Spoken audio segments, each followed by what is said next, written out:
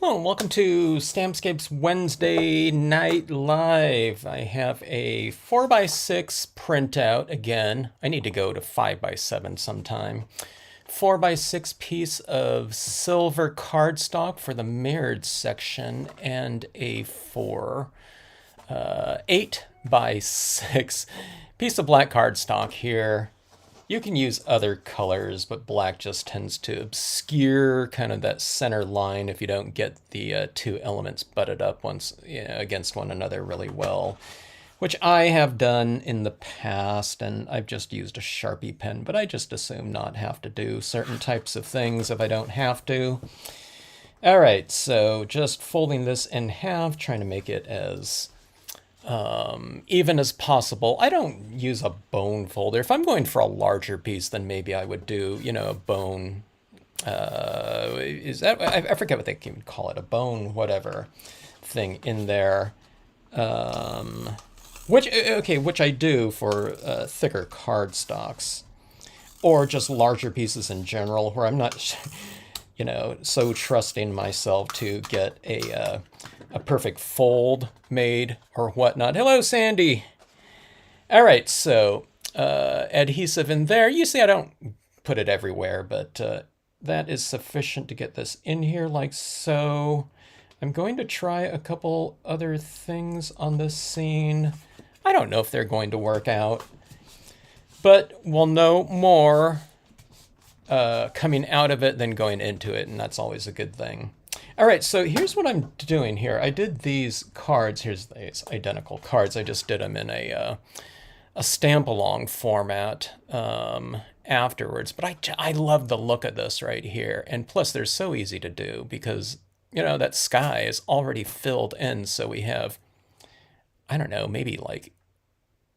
it's like 70% of this card format done just because of the photo print. So that being said, photo print and a lot of filler. Look at that. You can just do a card like that and be done with it.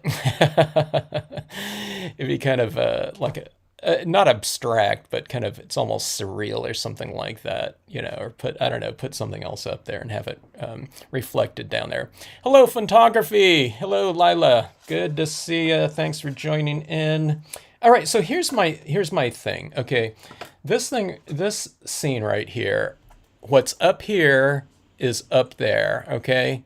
And as well as color, okay?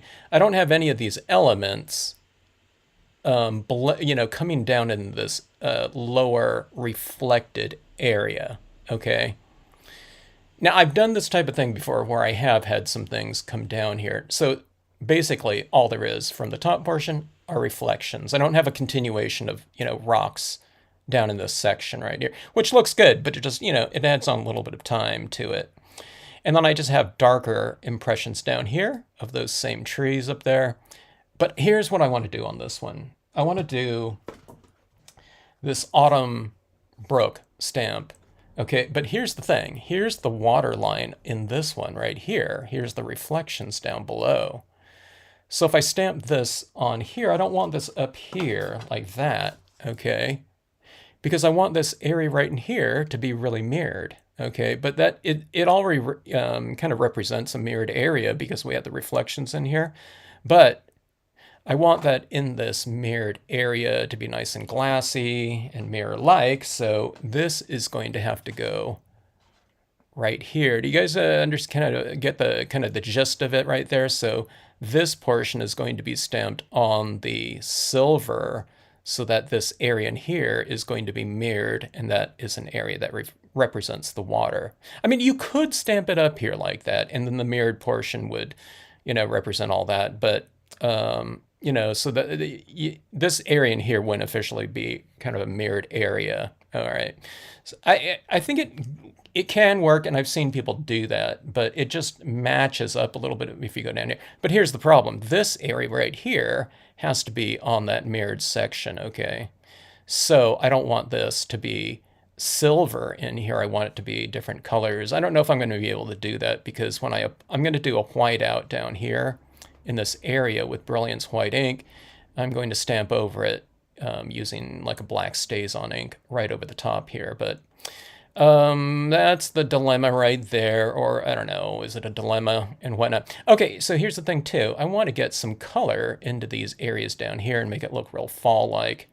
And I have done this before where I've blotted out, I've blocked out some white down here, and that white brilliance was able to take a color impression of dye-based inks over the top of the brilliance, dried brilliance white down here. But that's all going to be really fragile though, because that brilliance is just going to be floating on here until I spray seal it. But let's see if, okay, so bottom line, let's see if we can get some color into this area and down here in the foreground, as opposed to just going with, you know, black StazOn ink all the time down there for a silhouette type of framing device. Okay, so yeah, photography. I really like that one right here. This is one of my favorite mirror cards. And it's just really simple. And, you know, this whole card right here is 3 stamps right here. Someone was asking me, how do you finish this thing off? Meaning, this is finished on the outside, but what do you do on this side? Well, if you were going to stamp like a quote or something like that, if this was the exterior of a card right here, and you're going to do something on the inside, you just put it out here. Now, you might put it, you know, you can put a piece of white paper here and do it on white. You know, maybe the black is a little bit too kind of, you know, somber looking of a tone or something like that. Or you can do things, you can emboss in here and, you know, have something in gold or something like that. But I was telling someone what I would do is, like, say you stamp a quote stamp right here, you can do it diagonal, and that would be kind of cool too. But I would take an element like these little dots here that are to represent kind of floating little aspen leaves in the water, and I'd put a couple dots out here as a visual bridge to the inside around, you know, quote or something like that. Or you can put, you know, you can write your whatever, your to whoever from, you know, yourself or whatever, or just a quote stamp right here. And then down here, you put your name, you know, stamped by whoever, and then put a couple of those other little dots down there as kind of like a little common visual bridge. So the visual bridge in this one to me, as far as an element goes, are those little dots like that. So that can be said for the card that we're on right here, if it works at all. I don't know if it will. You know, we'll see. Okay, so that being said, 4x6 photographic cloud print, okay, free to download and print out off of my Flickr account. So this is going to go in here like that.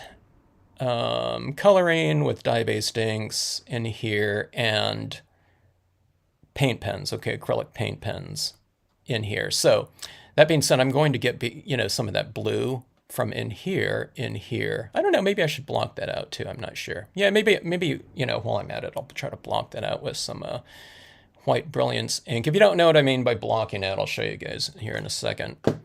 Hello, Beth, Bugs, Deborah, CM. Hope you are all well here midweek.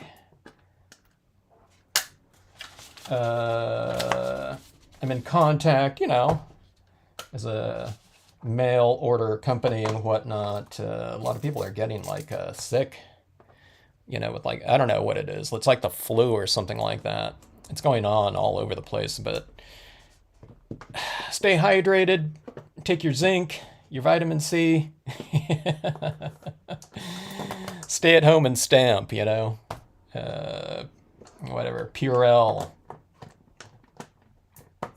Okay, so let's get our bearings here. Okay, so let's see here. This is going to go down here. I'm going to have to block off down in this area right here. When you're doing these block out areas, you don't have to be so specific in terms of your placement of your ink, okay? Don't worry about that.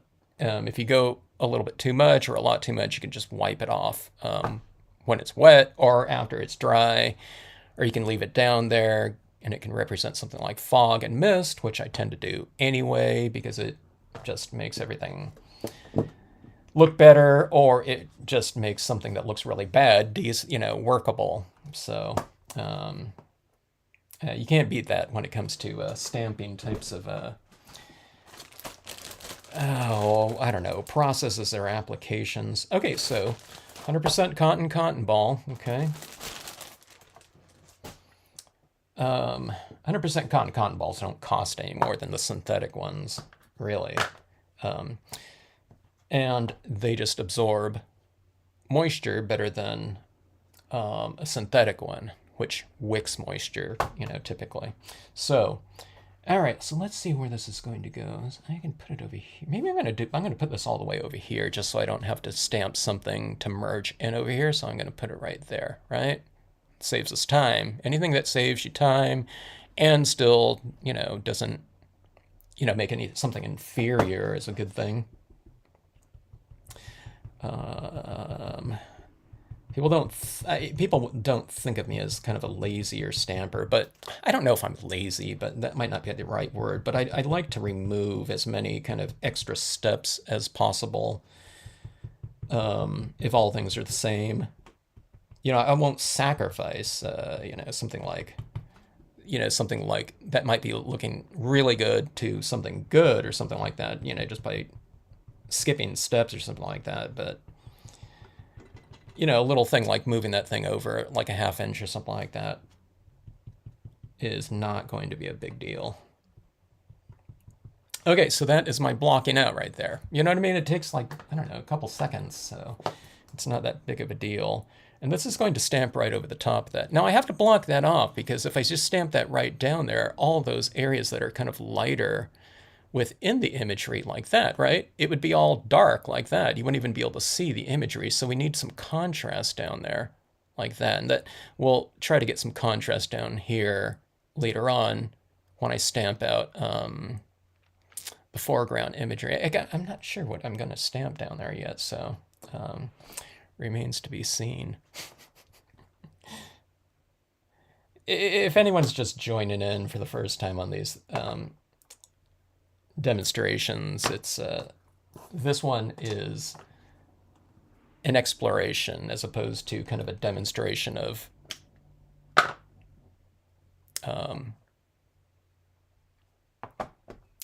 tried and true techniques. Okay, some of it is, some of it isn't, and this one's not. What I recommend everyone does, kind of explore, go into the unknown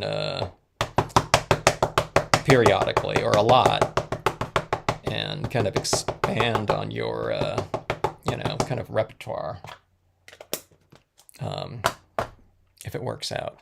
If it doesn't work out, then you know what not to do. Okay, so this is going down. Okay, now I didn't need to color up here because I'm just going to stamp this lower section. And I'm going to aim for this kind of being on that little...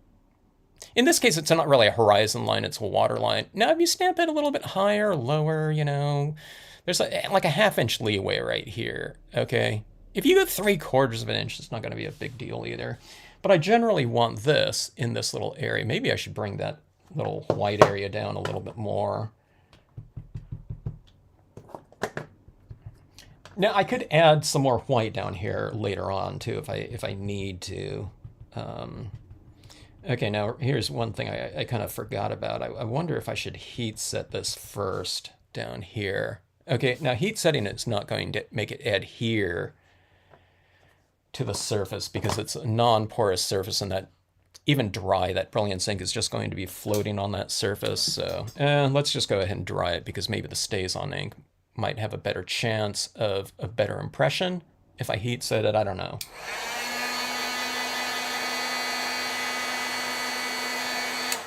Okay, I don't want to heat set it too much because this is that foil. And if you heat set it too long, it starts to kind of bow and everything like that. Then you have to kind of counter bend it and everything, that sort. All right, that StazOn ink I'm sure is dry on here, so we'll re-ink it. I have to work a lot faster than I normally do when I'm working with StazOn inks, so it's probably a good thing because I tend to, I don't know, I tend to take a long time on my these live streams, whatever, demonstrations.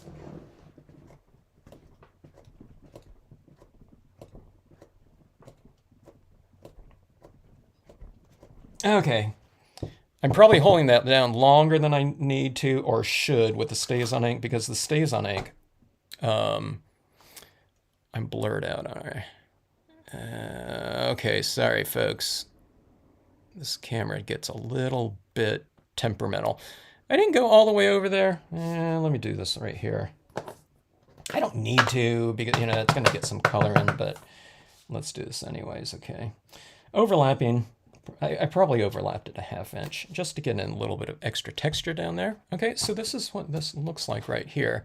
Now, I didn't do this where I have this adhered to it, okay, the background already, and I didn't go for it in one impression because I just know that where these two areas meet, if I tried to get that in one impression on this right here, it would, there would be a big gap in here where this didn't stamp out, so there'd be this big, you know, unstamped space within that area right there. And I don't want that. Now, so I'm going to try to roughly stamp this in the same area on this where it'll match up with this, but it doesn't need to match up perfectly. It'll look like it's matched up just fine, even if you're off. Don't be off by like a 1/2 inch or something like that, or an inch. But if you're off, you know, a 1/4 inch or something like that, you know, it's not going to matter. It'll match up enough. It just kind of textures. Let's see. The best medicine is stamping. I love that there. Did I say hello to everyone that joined in? Hello, Linda, Paulette. Good to see you all. Heat setting on, you've never seen anyone heat setting on, I've seen people heat set on foil before, like with, they heat set on, and I've heat set on foil too, but oh yeah, embossed. It's when you're embossing on the foils, you know, that you really have to have that heat, you know, on that foil, you know what I mean, a long time. But try to keep it moving around, heat set from the back and everything like that. Sometimes on foils too, you'll get that, especially on the gold, you'll get that kind of rainbowy type of look from a lot of heat targeting a specific area for too long. You can use it kind of strategically. It kind of looks kind of a little bit cool too, but yeah, I generally try to avoid it there. Okay, so that is that right there. I'm gonna, you know, I'll get, this one's gonna go right here too. Okay, like that. But let me go for this impression now. Okay, here's the thing too. I'm going to use some alcohol inks to color this one on the photo print, okay? So we can't use the StazOn for this upper area.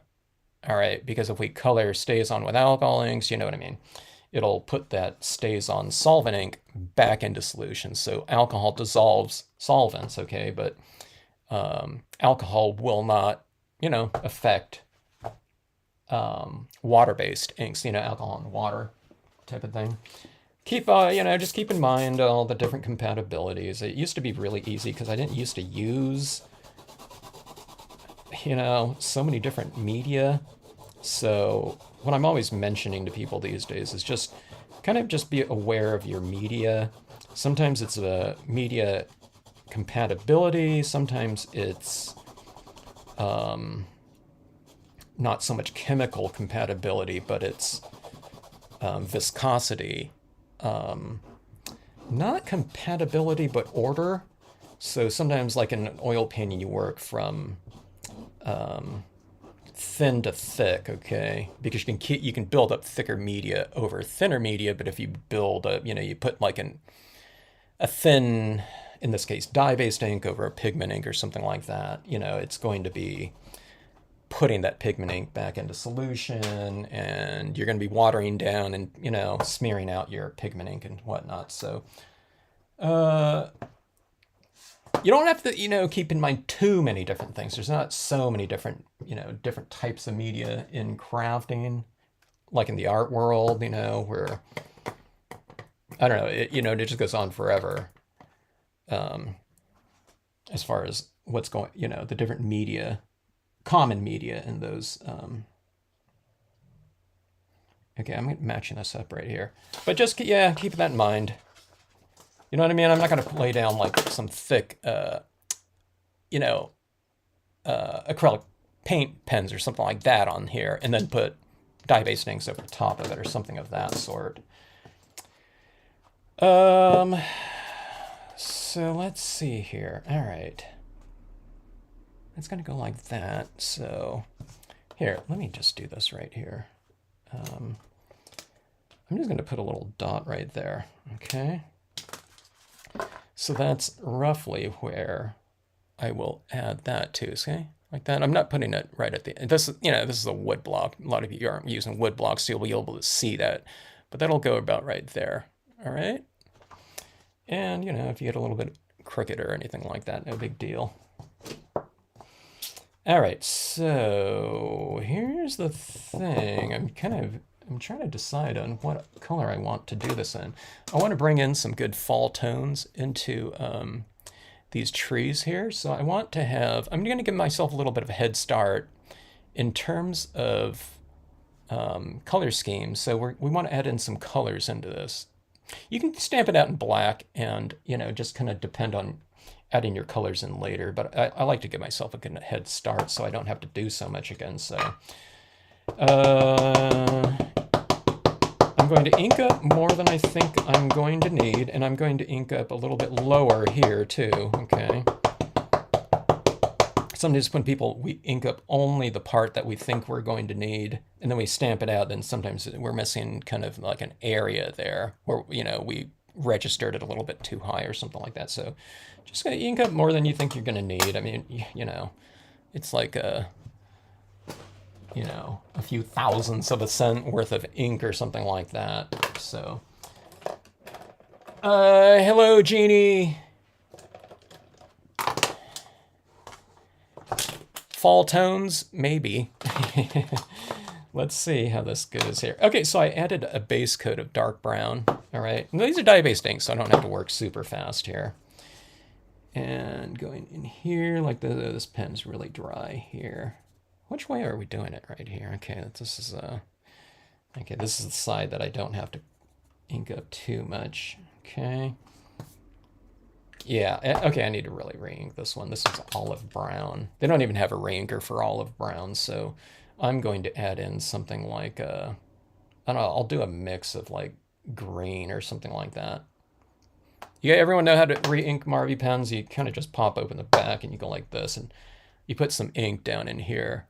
You know what I mean? It's better than tossing these things out. You're not going to get, if you're mixing tones yourself, you're not going to get that same color, but you'll get some fusion of it, if you kind of add in a couple tones that you think will be roughly the same or similar to it, you know what I mean? It might look pretty similar because there's going to be a lot of dried up ink, dye-based ink, in that reservoir, okay? But, I wouldn't make it a black pen or something like that, but if you add in, I don't know, you might even be able to mix and match things like, okay, so I'm looking at my ink pads here, maybe some distress ink, and then it has a little tinge of green, so maybe a distress like walnut stain or antique linen if you have it, and then some of the peeled paint, which is the green version of it. Just drop it down into that reservoir a little bit and just, store it. Don't fill it up with, a half bottle of ink or something like that, but I don't know, just do something like that and maybe you'll get a better color than, than it was, no. And then you can use it, and then if anytime you try to get that same color again, you won't be able to. You'll never be able to get it again.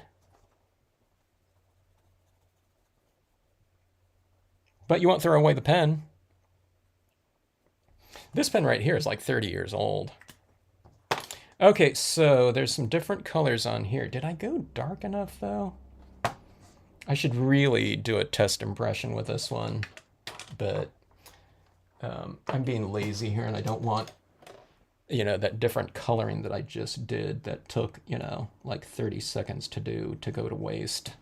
Okay, so I'm going a little bit darker here with the a little olive green here instead. Okay, so let's go with the olive.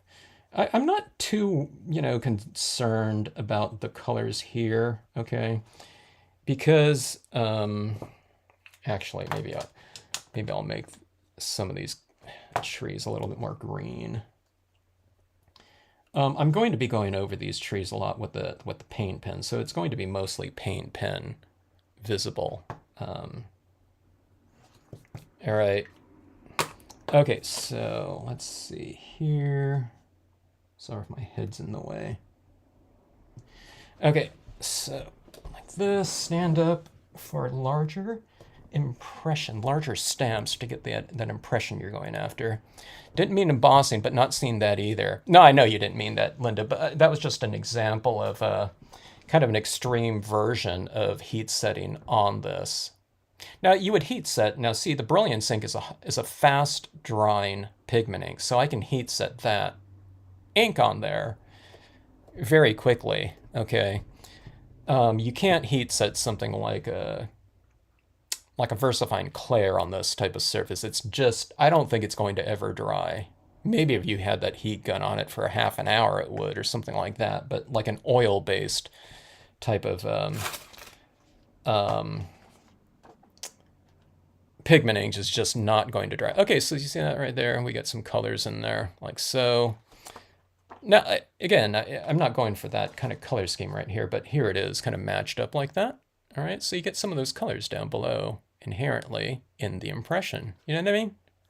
So it just gives us a little bit of a head start. So this is what it looks like right here. We're going from color to black and white down here. We'll add in a little bit of color down here if we can. But then when you go like this, those colors from up here are reflecting on that black and white. Well, it's black and silk. Well, I guess it's black and white because we had that blocked out area like that. But, you know, a little bit of that fall types of foliage right there, like so. And then I'm going to, you know, do this one right over here too. Okay, so that looks okay, I guess. Another thing to be said is, let's say if we only had this one right here, you can use these trees down here in the foreground, okay? I'm going to go for a little bit of a larger element down here in the foreground and with some leaves or something of that sort. But you can have some trees like this, and you would just decrease kind of the depth of field of the scene by having these larger trees in here, as opposed to like a bush or something like that that would represent something that's, you know, maybe 5 feet from us, as opposed to something that's, you know, whatever, 25 yards away or something of that sort. All right, so options. And okay, let's see. Let's do this one first right here. I won't take so long with this one. I haven't colored these autumn stamps up in a while, so, and I didn't know how my pens were too, you know, which are really dry. Okay, so let's see. It's, you know, it's about this amount of space right here, so, and overlap and change the angle of your,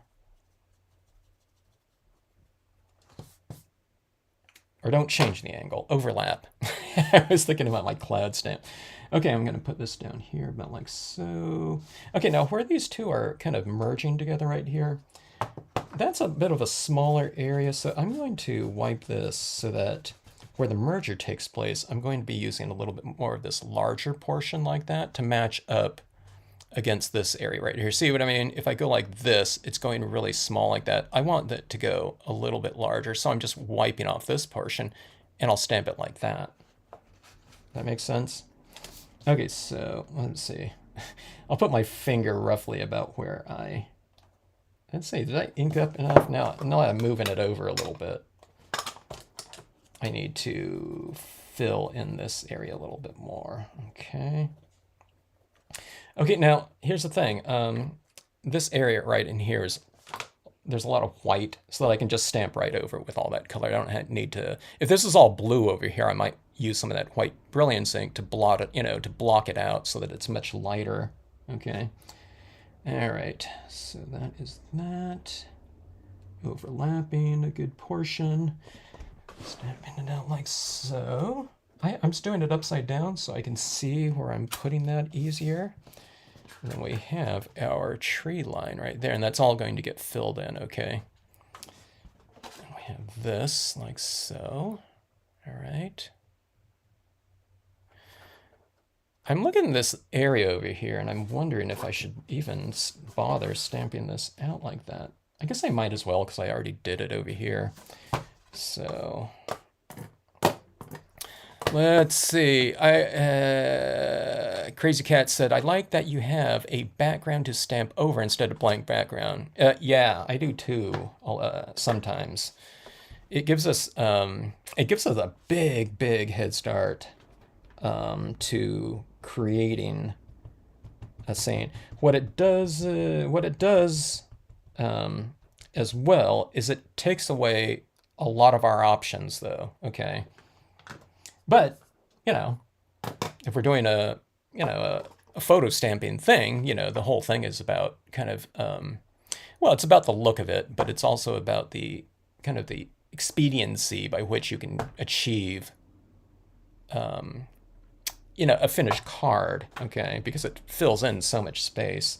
In this case, it's filling in, I don't know, whatever, 65% of this card right here, where you don't have to really do anything to it if you don't want to. And you know, on this case, it's allowing me to focus in on things like coloring of the trees, the fall tones and whatnot, while you know, where that background is already just inherently taken care of for me. I can, you know, focus on, you know, other things, you know, in life.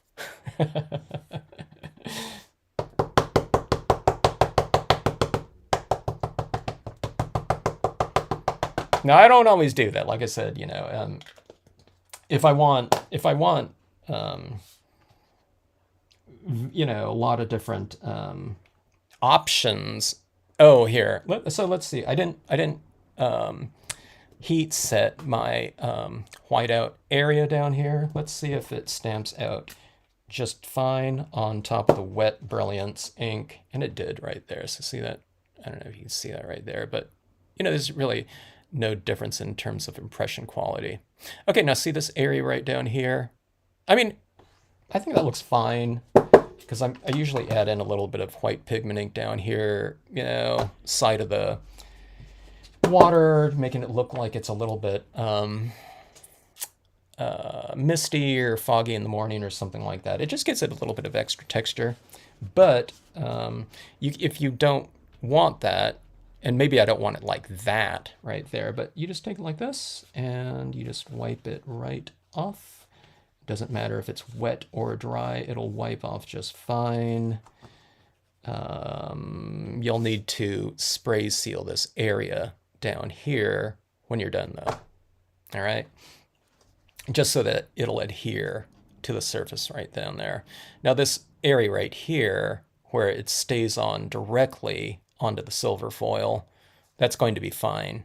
But that being said, you know, because we have that Brilliance ink underneath these areas, you're going to have to spray seal in here. Just don't spray seal this center section too much, because it could affect a little bit that super reflective quality. It can look more like a brushed aluminum or something like that, and so as opposed to chrome, and be less reflective for our scenery up top there like that.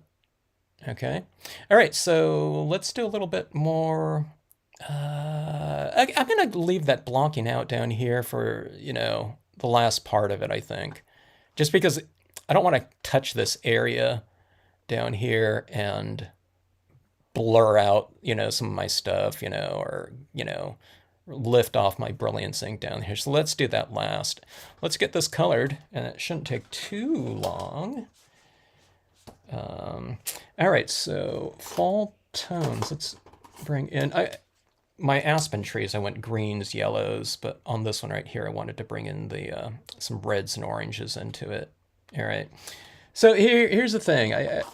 I've done this before, you know, different combinations of things. I don't remember if I've done certain things on the photographic backgrounds using this combination of media, so I'm still kind of figuring out like how much of these types of applications do I do, you know, in conjunction with, you know, my paint pens here. Okay, those are my paint pens from yesterday. So let's go with the oranges right in here too. So it's roughly that, but I'm just adding in the orange into the color scheme because these ones aren't aspens. I mean, they could be, but let's see. So I'm just kind of winging it here. Here's what I'm thinking about. Something like this. I tend to like using a little bit more muted tones, like more pastel. This one kind of scares me a little bit.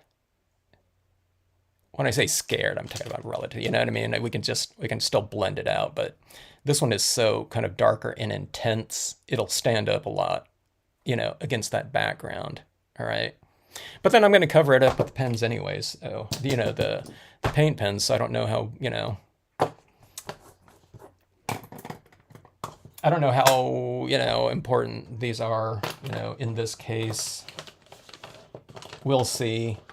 Okay, so remember, these are dye-based inks. If you just joined in, these are dye-based inks right here, and these are going to be alcohol inks, and alcohol shouldn't smear that, the dye-based inks, unless those dye-based inks are still really wet, and it just kind of, you know, moves a liquid form out there, but it won't dissolve the impressions like it would if we stamp that out in some kind of solvent, you know, dissolvable type of ink, such as a oil-based Claire or something like that, or a StazOn. All right, so this is just a really light tone. It's not a big commitment to a specific hue, right? Okay, so getting that down. This is going to be kind of my base for like orangish, reddish tones, okay? So go like that. A lot of times I'm a little bit more, I don't know what the word would be, but I'm a little bit more selective, I guess, in terms of my application of certain types of media. But in this case, I'm going to be going over it with a little bit more of an opaque type of application over this. So if I go too dark with these are going to lighten them up anyway, okay? All right, so that is that. Let's go with a little bit more yellow here. This one's a pretty bright yellow, and it's going on kind of clunky, but you can blend out these tones right here with a blender pen or just other markers too, so you don't need to worry about that on photo paper too, so.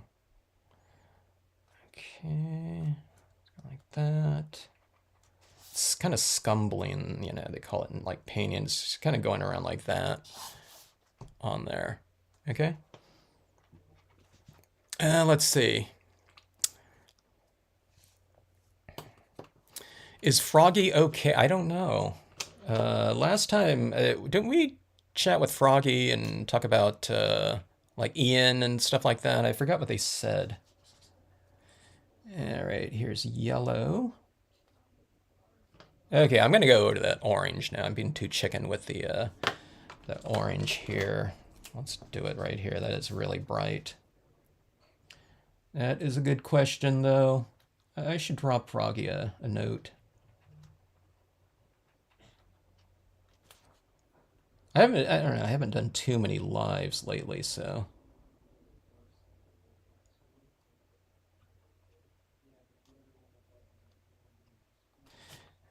Okay, that is that right there.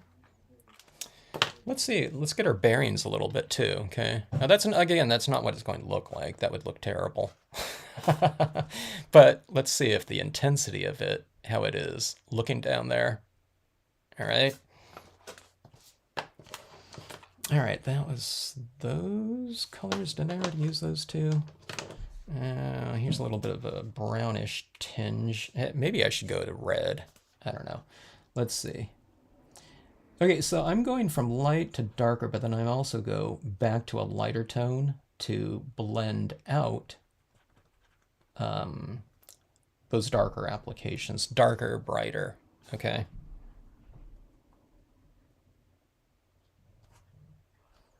So remember, as we're doing this too, I'm going over and blending in, hopefully, my other applications that I've already laid down there too. You know, I'm not a good, you know, user of alcohol inks. I use them a certain way, you know, but I'm definitely not like an accomplished, you know, practitioner, alcohol or ink practitioner here. So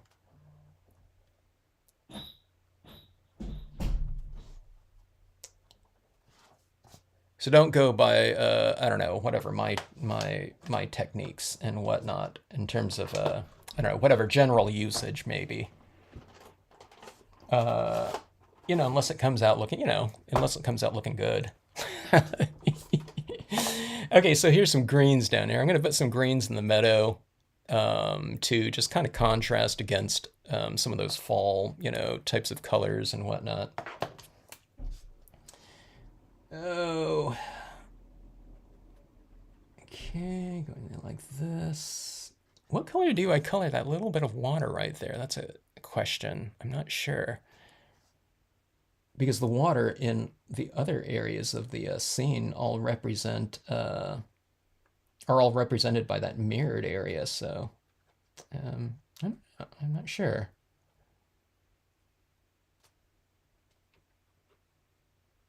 All right, this is like a elm green, it's called. Let's see, some of these trees would make green or greener than they are.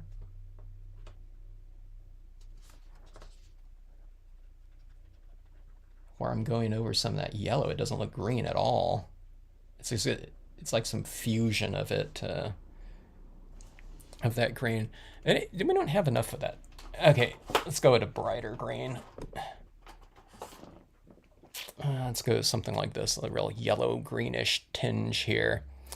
Let's see, did I say hello to Deborah? Hello, Deborah. I'm just coming out of COVID. Oh, okay. You wear a mask all the time. I hope you're 100% better, Linda. That didn't sound like fun there at all. I don't know what the symptoms were in this one. Is it coughing and kind of a respiratory type of thing?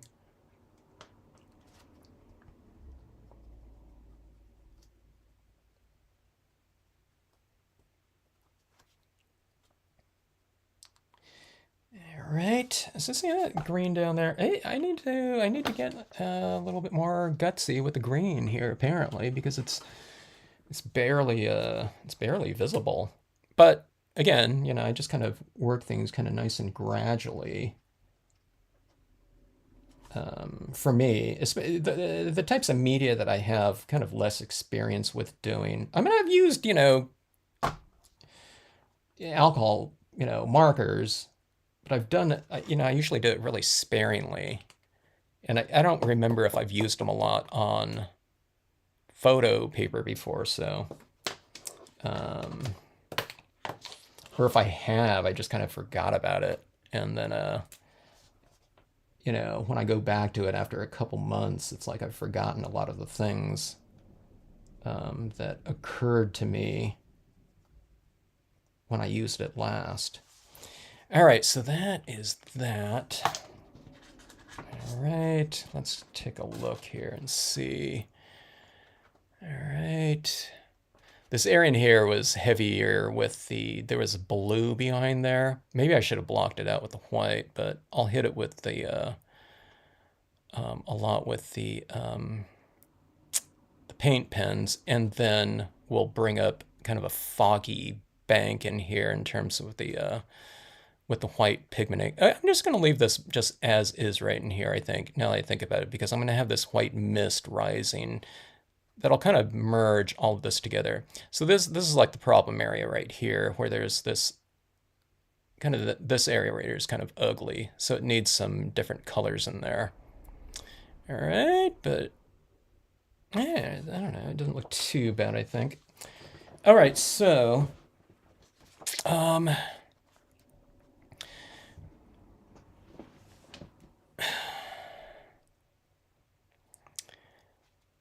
that blue, those clouds are going to look even better too when I bring in a little bit of white pigment ink in here. And then I kind of, what we're going to do is we're going to influence a lot of the imagery in here. So this is all supposed to represent like illuminated,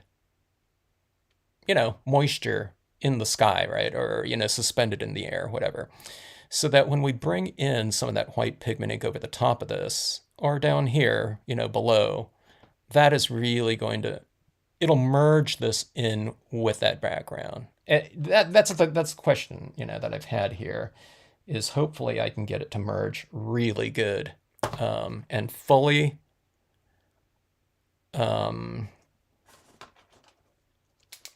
without it looking, terrible.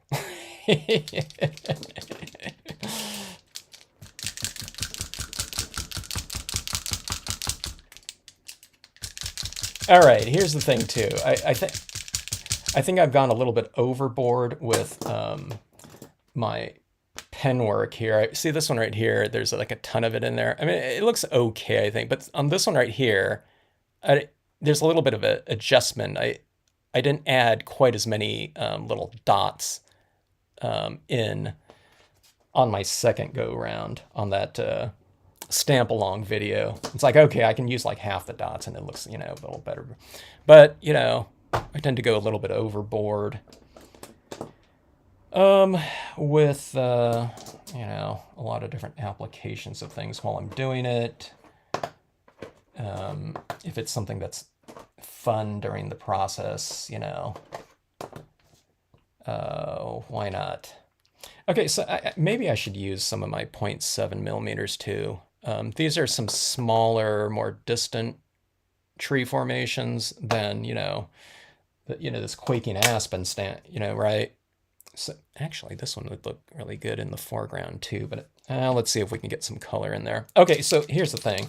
If I do that thing down here and I block out some area and I stamp out some color in my foreground area, if it doesn't look good, I'm just going to stamp right over the top of it with black StazOn ink with this these trees right down here again, and just kind of obliterate them. So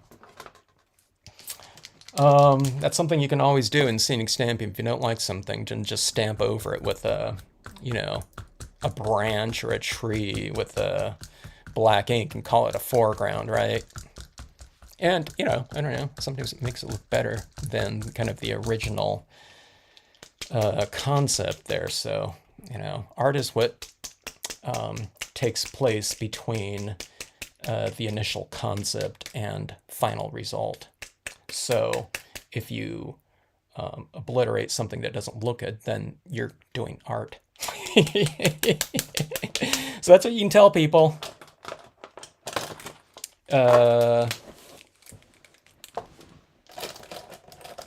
During your demonstrations. If you didn't change course and whatever, you're not kind of fully realizing the potential, your potential artistic license on a given subject matter. Okay, so let's go with a little bit of a larger kind of touches here first. And if these things are just too big and kind of obnoxious, then we'll go with the smaller ones here, okay? All right, so let's see if we can get in here a little bit. All right, so this is yellow. It's just like I don't know, it's like a pretty bright yellow. These dots right here, these little shimmery little kind of dots are going to look quite out of place. If you do them only in one area. Okay, so I have it zoomed out far enough where it looks okay. if I'm ever kind of worried about something not looking good, I'll just, I'll do it like that, you know what I mean? In these demonstrations. Maybe my camera kind of struggling with kind of close-ups is better in these kind of super experimental pieces. Okay, so I'm joking. When I talk about like trepidation or something like that of me going and doing something, these are the types of things that come to mind. When I'm doing this, it's like, okay, if I add this, is it going to look a little wonky or something like that?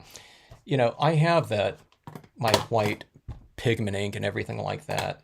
And whenever I add that type of thing in the end, or white pigment, you know what I mean? White paint pen, white gel pen dots in past years or whatever. Those types of things tend to, for me, it eradicates anything kind of undesirable. And it's usually something kind of textural that might have gone too far, but you just soften it up or mute it a little bit with some white pigment ink or something like that, or you add in some kind of foreground. So I joke about that. But it is true. That's why for, like social media sites or whatever, where, you can comment on things, I always tell people just don't, unless you drop a stamp or something like that, and, there's a big StazOn, whatever, autumn bank, you know what I mean? Right in your clouds or something like that, then maybe it's ruined. But if it's something kind of preliminary or something that comes up during your process right here, there's all kinds of different things that you can still do on them. I always tell people that, and this isn't an exaggeration, but when I've looked at pieces over the years, if someone shows me something, either in person or virtually, they email me something or whatever.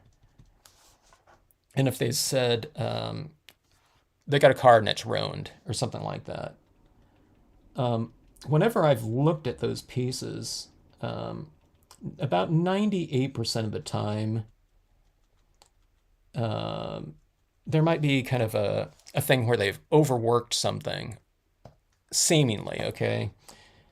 But to me, it's just kind of like, it's a piece that it's usually at like maybe 50% or 60% done. So where they think it's a ruined final piece, to me, when I look at it, it's more of just, it's a preliminary kind of stage in the process where they can still add in, like here, I'm adding kind of a sharpness back into here, where down here it gets a little bit muddy. Sorry, okay, sorry, I can't zoom in a little bit farther here, closer. But you can add in that little sharp, those crisp little elements back into it. I mean, this is really coming to life a little bit more. I don't know if you can see like that. See, this yellow in here is giving it that added dimension. See this is this green down here, and it's bringing this area to life down here. Now, it's going to get a little bit too textural, it's going to look, like whatever, pointillism, Syrah, walk in the park or whatever like that, but out of context, but that's where that white pigment ink will just come into play, and it'll just, hopefully merge all of this together a little bit more. By adding in that additional texture. All right.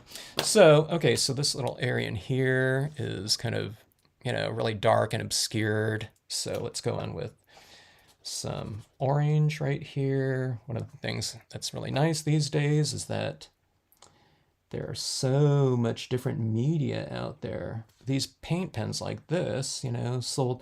I mean, I was buying, like, the biggest set that I had that I used for years was a Sharpie paint pen pastel set, and it had about 3 different colors in there. Can you see a little tinge of orange up there?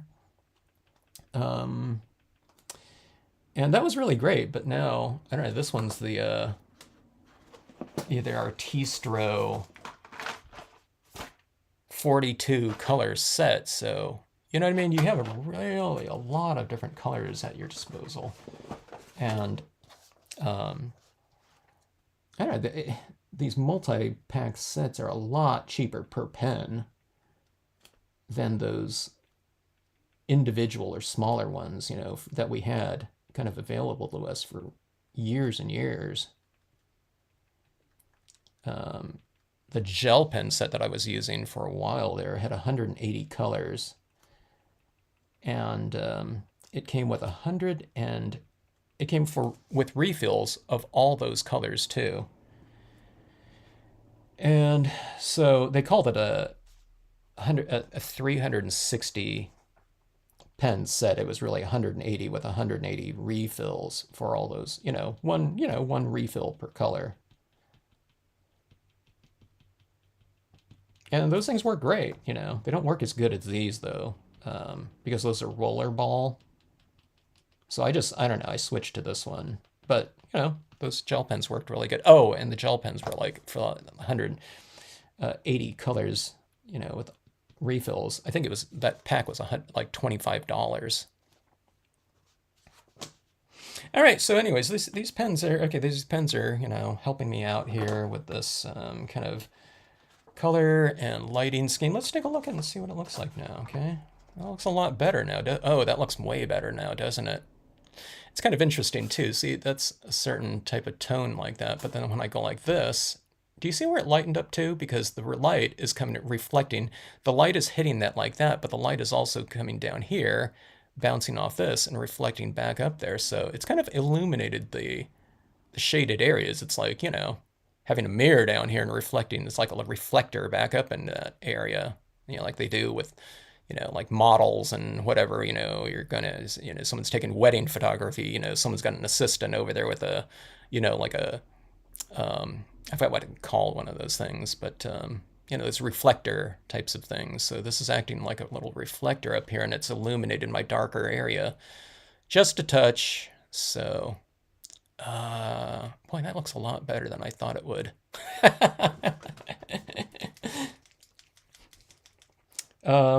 I won't have to use so much white ink then, white pigment ink. The more white pigment ink I use on something, typically, the more kind of feeble I thought it looked without it. All right, so this is yellow here. Let's add some of it up into that tree there.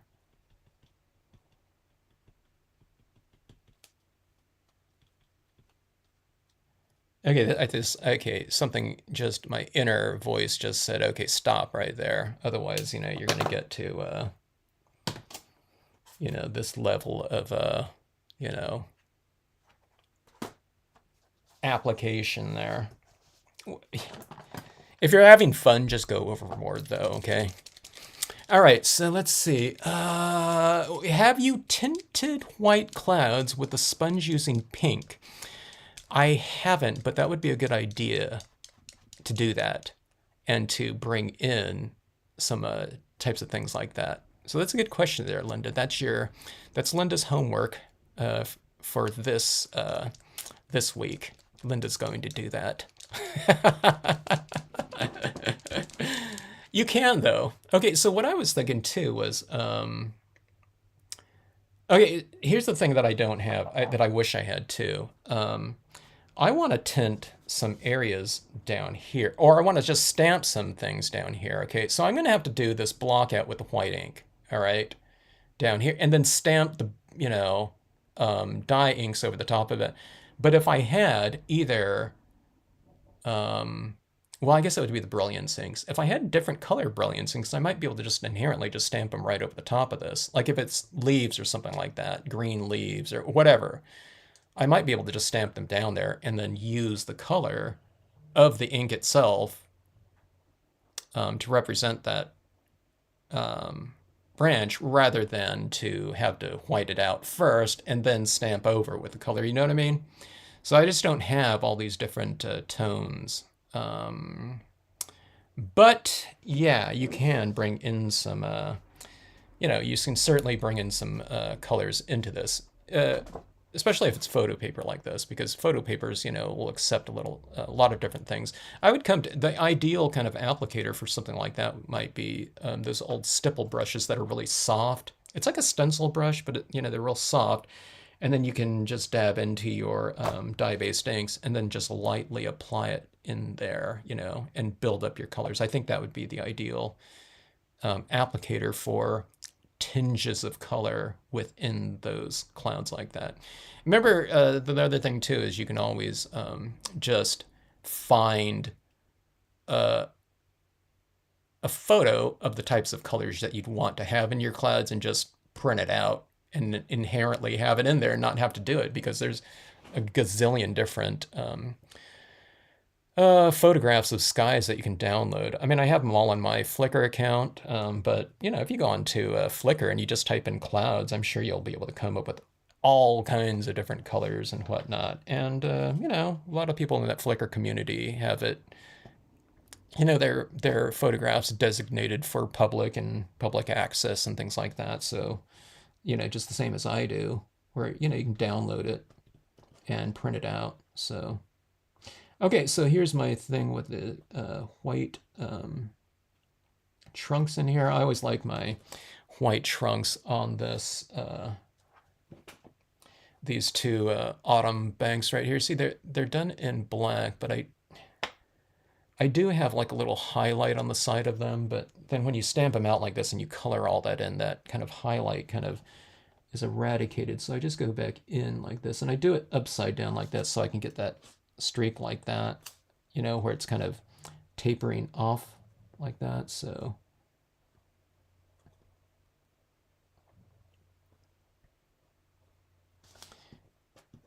one of my pens is kind of going dry, I think, and one of them is still working really good. Oh, you know what? I just put my hand right there, and this little area right in here is real sticky with that alcohol ink, all those alcohol ink applications. No big deal. That's, alcohol inks, built up alcohol inks are real kind of tacky. All right, I think this one's my little clogged one, or it's not clogged, it's just really going dry. But you see that little kind of dimension coming about with those trunks, and those will read really well in the highlighted or reflected area. Okay, here we go. I can't actually see the trunks a lot of times, so I'm just kind of faking it and just drawing them wherever. Okay, like branches, I'm just kind of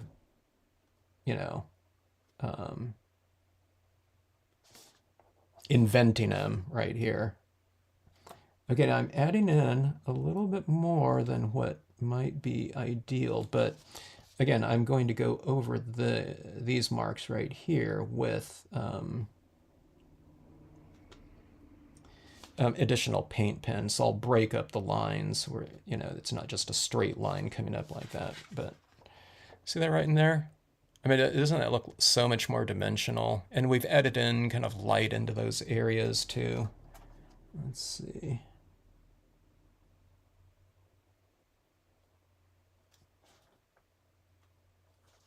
Okay. All right, so you just kind of lay that down like that, and then you go back over it with whatever color you want. Let's do the yellow, a little bit lighter, maybe. And then I'll just put this over, some of those. I'll break up the trunks a little bit with that. Trunks and branches, both, okay.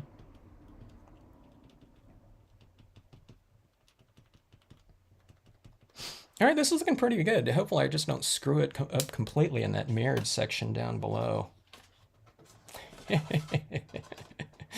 All right, so see that right there? See that? Yeah, see those white trunks down there? I mean, it looks good up here, but they really read better down there now. Now you can see those trunks a little bit more. It's starting to look a little bit more reflective down below there. So this right here, maybe I can go a little bit whiter right there, so that one would show up a little bit more like that. I don't know. Maybe.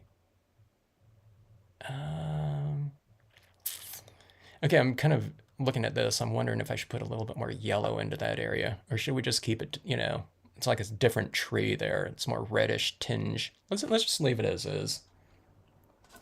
Okay, let's see. We can add another alien visitor. Not kidding. I agree. I want to do kind of a round the world alien abduction, an alien abduction series. After that last one, I really had fun with that one.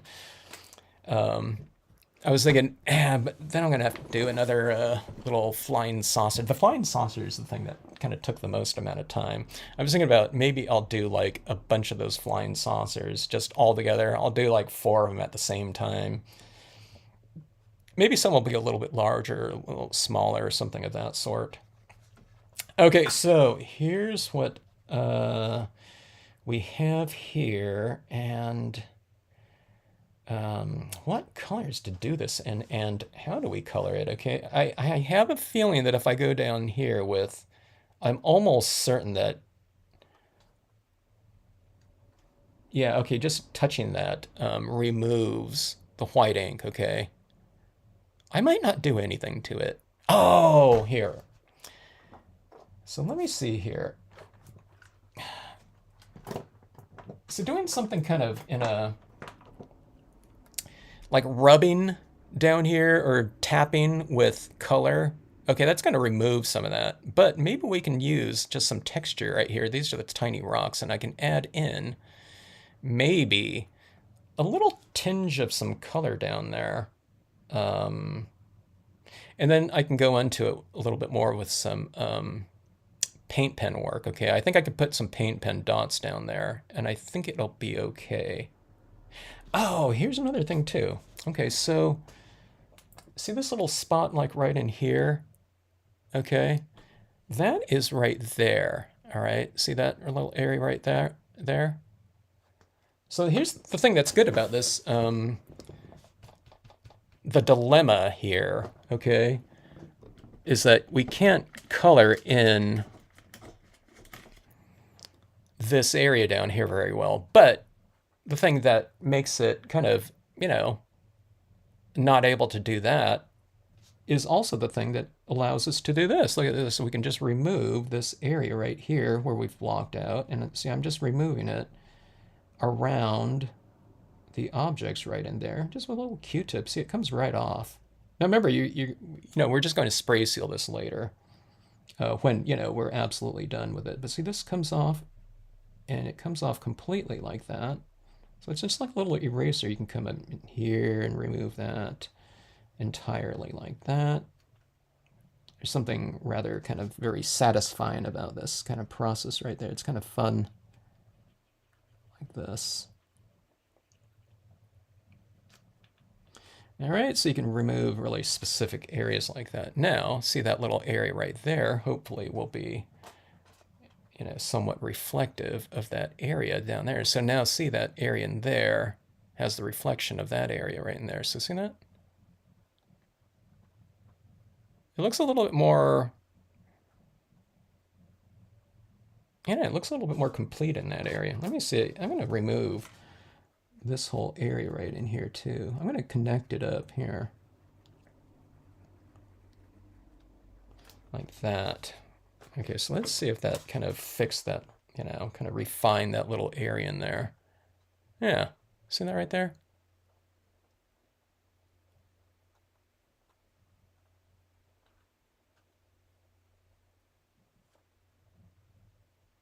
All right. So let's give this a try here. Let's see, I've kind of established this, this kind of foliage down here as being kind of this greenish tinge, okay? So let's take this, let's see if this little thing, this little tiny rocks is often my little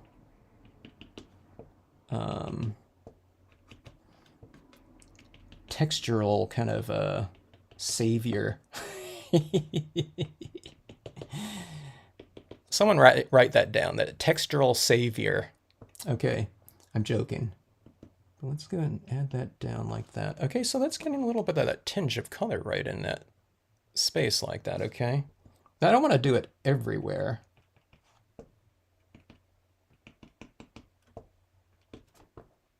But it just gets a little of that tone down. And I think doing it this way, it's not, you know, when you're just tapping it down like that, it's not, like I said, it's not removing anything. Like if I tried to use a, like an applicator of tone down there, it might be a little bit too much, but since this is just little applications of it, see, that's a little bit of that green like that. All right, so let's see if that kind of harmonizes a little bit more with that area. Yeah, see it? See that right there? So we have this green coming out down here, and I think it looks okay. I think that works really good, in fact. All right, so we're changing the name of this stamp right here. It's Textural Savior. And let's go to this yellow portion right here, because this is a little bit more of a yellowish green. And let's go to this again, and let's put a little bit more of that color up here. We'll do it with the paint pens as well. So we'll get a little bit of a head start with this, maybe. Okay, now the paint pens will stick to anything, so we're not worried about the paint pens, okay? All right, so... Okay.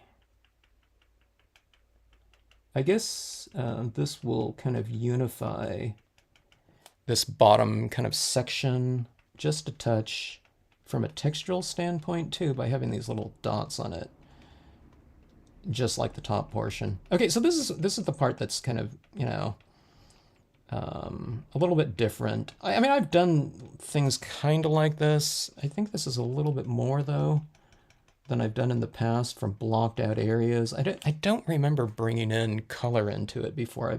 I know I've used the white paint pen and whatnot, but I don't know if I've used, you know, too much color down here in this section, in the, you know, the lower section. Oh, let's use some, maybe some tan too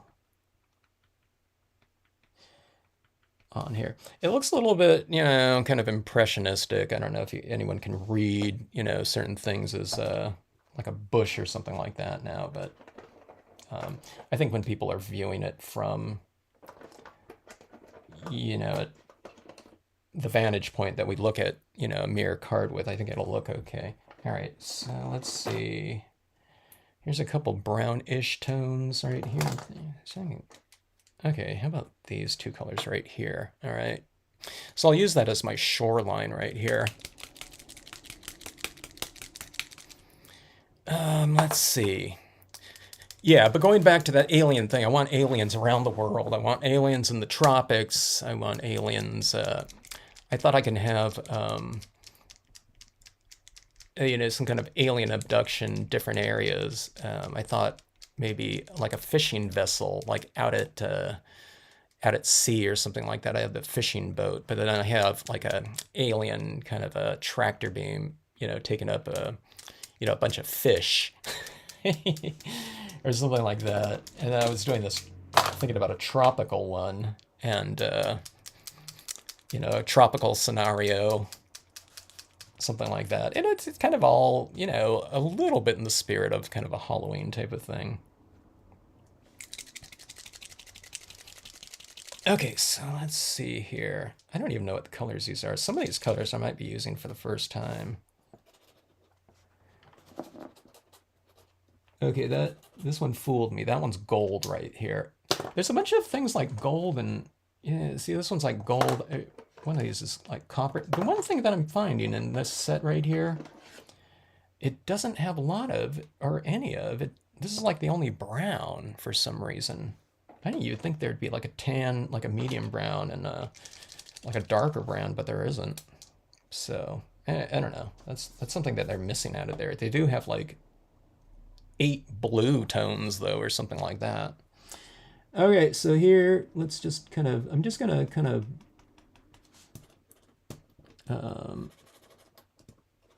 I think this is the first time I've used this one. It's not flowing really well yet.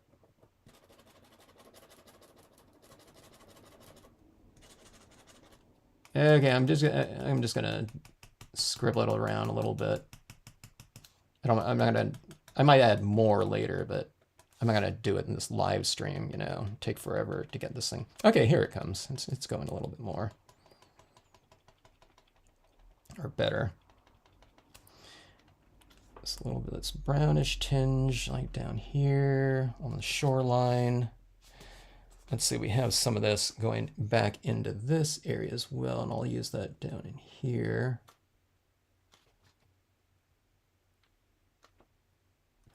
All right, I mean, I'm just kind of scribbling it along right there because I know I'm going to, in this water line right around here, where the shoreline meets the water, you know, it's going to have some of that kind of diffusion anyways, so I'm not going to spend too much time with this because it's going to get covered up anyway, but then this will be kind of hopefully showing through and a little bit of a translucent type of application. But see that little brownish tinge in there? I mean, it looks, you know, that looks, you know, terrible just on its own like that, but let's see see if it looks okay kind of in context like that, you know. I mean, it's not really very even visible like that. You know what I mean? I don't think, you know, I don't think people are going to be looking at the card like this and just focusing on this kind of bottom area anyway, but that's what that looks like so. All right. And that color down there stamped over the top of that, I think it looks okay, right? So hopefully we can kind of follow suit with some formations down here. Okay, let's go with some rocks right here, like that. And then I'll bring up some white pigment ink into these areas. Then we'll stamp out some greens, red foliage up in this area like that.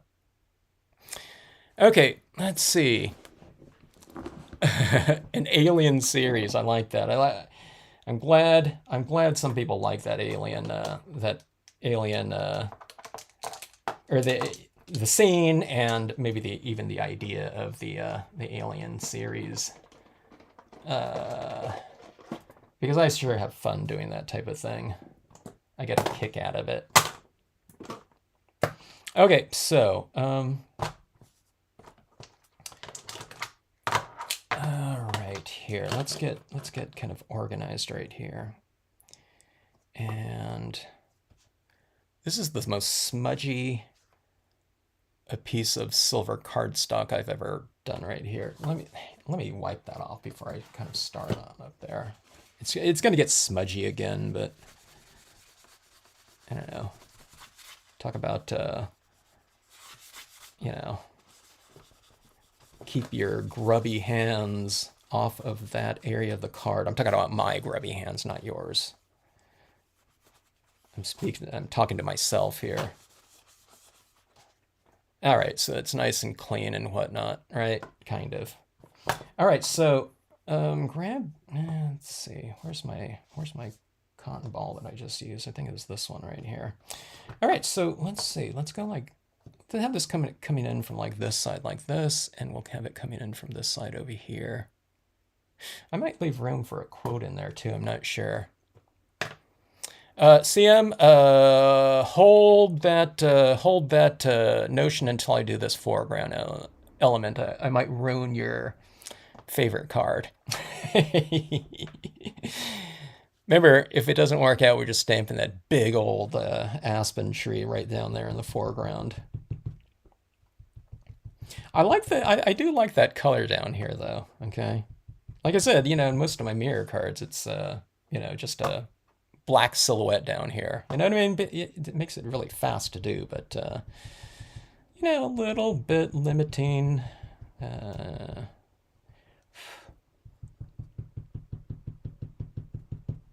Limiting in terms of variation, at least.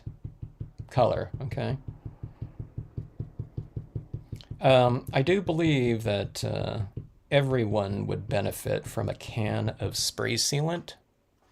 You know, unless you don't get it if you're like super sensitive to, you know, spray fumes or things like that. Always spray outside, of course. in well-ventilated areas. And when you're spraying, if you need to, use a respirator, that type of thing. But, okay, so, I mean, that spray sealant for something like this is really a necessity because it's going to make, unless you just never touch this bottom portion or something like that, it's going to make this type of application even applicable to this type of card, to a card, and it's going to be handled. But it can also just on any type of, stamping scenario with most media, spray sealing kind of makes the media look brighter and more intense, and often a lot more akin to what it looked like when it was freshly stamped, even if it loses like 5% or 10% of its intensity. When you spray seal that, afterwards, it just looks, it looks quite a bit better, and it does protect it a little bit more.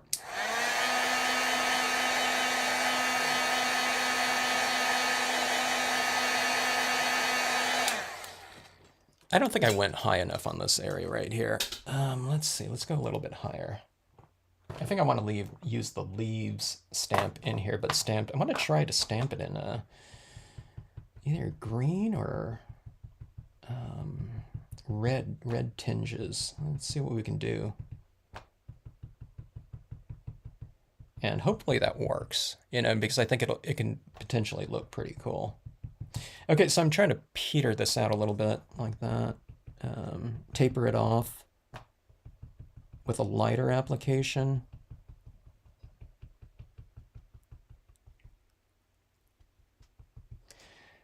And let's see if I did too much. Okay, so let's get our...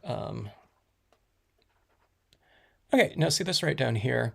The thing that I don't want to do is I don't want to bring in this white where it's going to obscure kind of the main area of the scene like that, okay? So where this is reflecting down, anytime you have something up here where it's reflecting down here, watch where it's going to reflect in this area. I've made the mistake sometimes of stamping like something like right here in the foreground, and then it's really obscuring kind of the star of the scene, which is the reflection area, right? Anytime you get like a mirrored lake or something like that, the reflections are what it's all about. Or if people go out, photographers go out after like a rainstorm and they're taking pictures of puddles and reflections in the puddles, okay? Sometimes it's only a reflection of the puddle area. They don't even have kind of what's up above. So that reflection area, just, be careful that you don't obscure too much of it in here. So right over here, I'm thinking, I'll have a little bit of a bush or something coming up about this high right here, so it doesn't interfere with that area too much. Okay, now this area right here, there's not very much of a reflected area right in here. We get a little bit of it showing through, but I'll go up to about right here, and then when I go up like that, it's just kind of touching that top portion. And maybe I'll go a little bit lighter or lower. Okay. So that's the type of thing that I'm still, if I don't do one of these cards, I kind of forget about that the next time I get around to it. And it's like I put too much down here. And it's like, oh my God, I've obscured my reflected area. So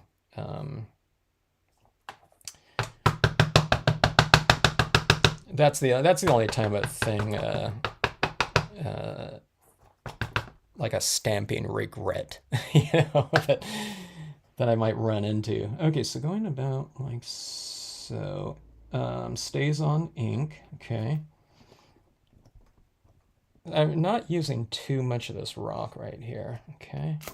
Actually, maybe I'll have it going across all the bottom portion like that. I was going to have it like that, but maybe I'll have it run the entire length like this.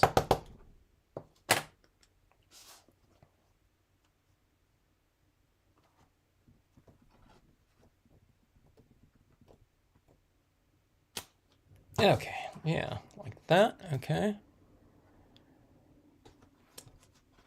And it was probably about maybe like 30% of this rock.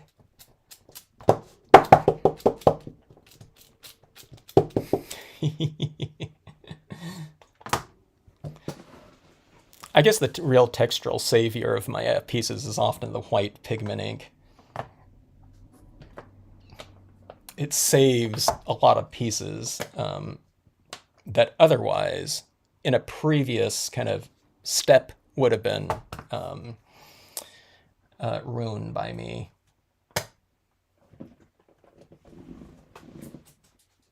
But it's all about second chances.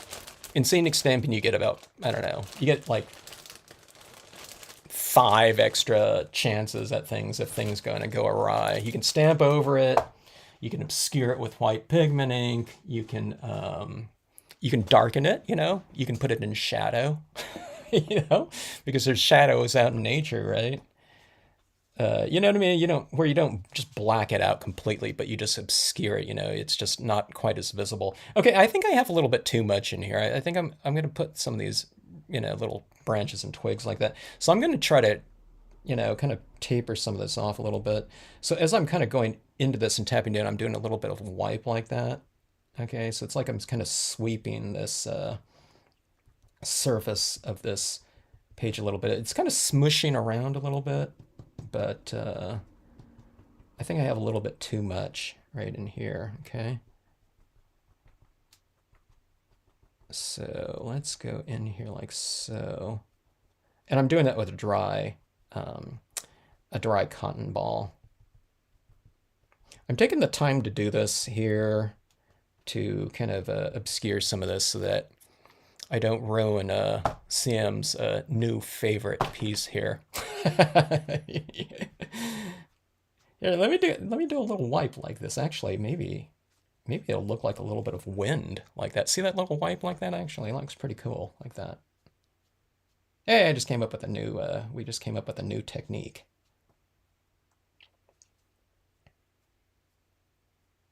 That's kind of a little bit fun. Anytime you can kind of depict kind of movement in your scenes, it's never, kind of a bad thing. That would be kind of interesting in a kind of rain coming down if you had it coming down this way too, or something, longer streaks or something like that. Okay, let's see.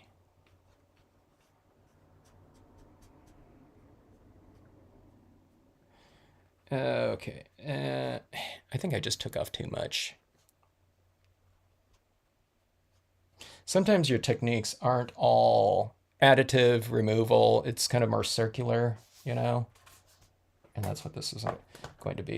So let me go in here. Let's go a little bit, add that in. Because I don't have a lot of control doing that removal, especially when it's dry. It was like removing all of it. So it was hard to get that little tapered area like so, okay?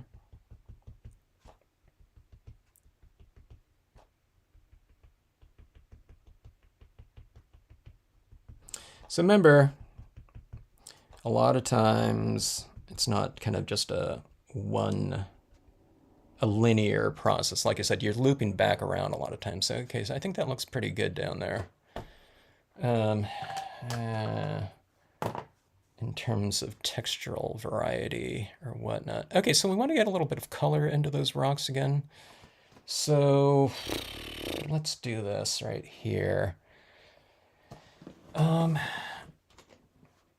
Let's grab this color and let's see, let's add this in there. And do I have that dark brown? Yeah, here we go. Okay, so let's try to get a little tinge of color in here to make it relate to this upper portion. Let's take a look and see how those rocks are looking in here.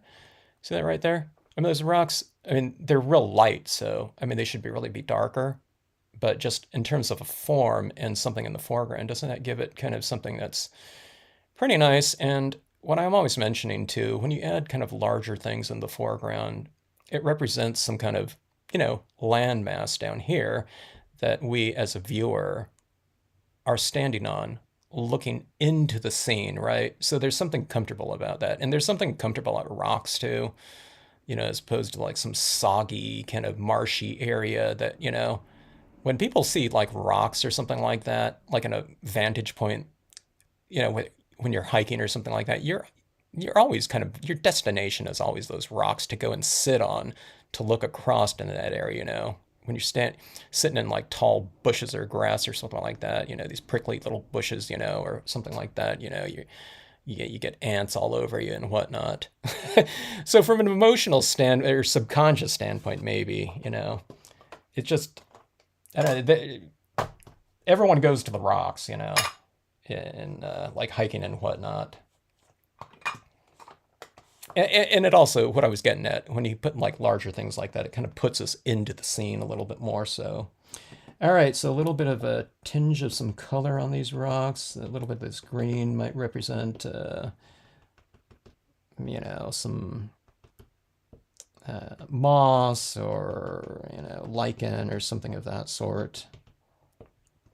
In here, it's giving us something in common from a color standpoint with the backgrounds in here as well.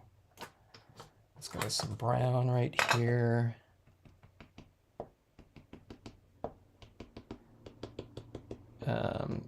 There might be some other, type of process to come in here that, that might be better. I don't know. I just know that this is working reasonably well, kind of in the spot right here.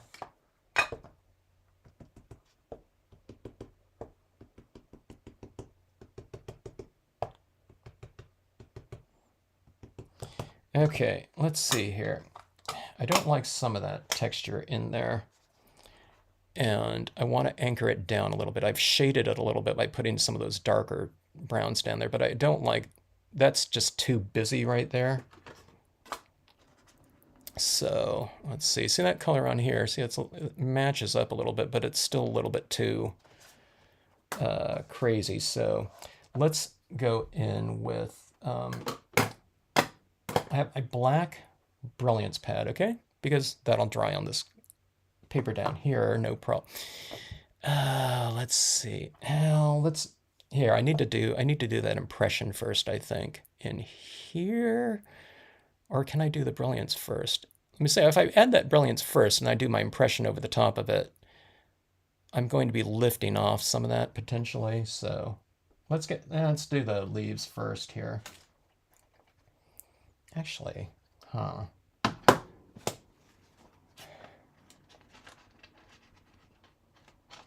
Hello, Jane. Going to be taking lots of cloud pictures when I get to Oahu. Oh, I love that idea, Jane.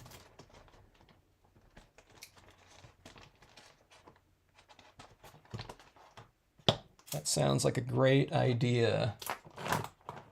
You can take some skies, clouds, if you get to an area for sunsets or sunrises, that would be fantastic too. I like that too, that, see, Jane's going to take some photographs, and then if she utilizes it in her pieces, it really personalizes the card. And, when she stamps a card out with that, with that photograph, it's kind of like you're reliving, kind of the experience or the location of taking that photo too, which is really extra special. You know what I mean? It just gives us, an extra kind of I'm looking for my medium size one of these too. I think this will look good in the foreground. But yeah. And here we go. And everyone has, a camera with them these days. So that's what I really like about the idea of photo stamping too, is incorporating in those kind of personal experiences in there. All right, so I'm going to do this in the foreground too, because those are in the background images there, those little kind of leafless trees incorporated in with that. All right, so I'm looking for my leaf stamp here.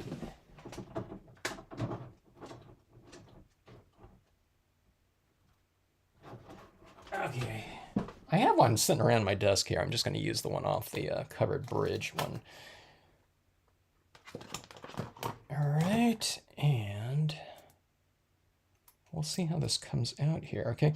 So I'm going to have this kind of going up into that white area like that, and we'll try to get a little bit of color into this, okay? So Um, let's see here. Okay, I'm going to do it in... I wasn't quite sure what color I was going to do it. I have a feeling I might do it in a couple different colors, okay? And I like that people can, it's like Linda was saying, she loves clouds, and now you can use them in more than, more ways. I love that,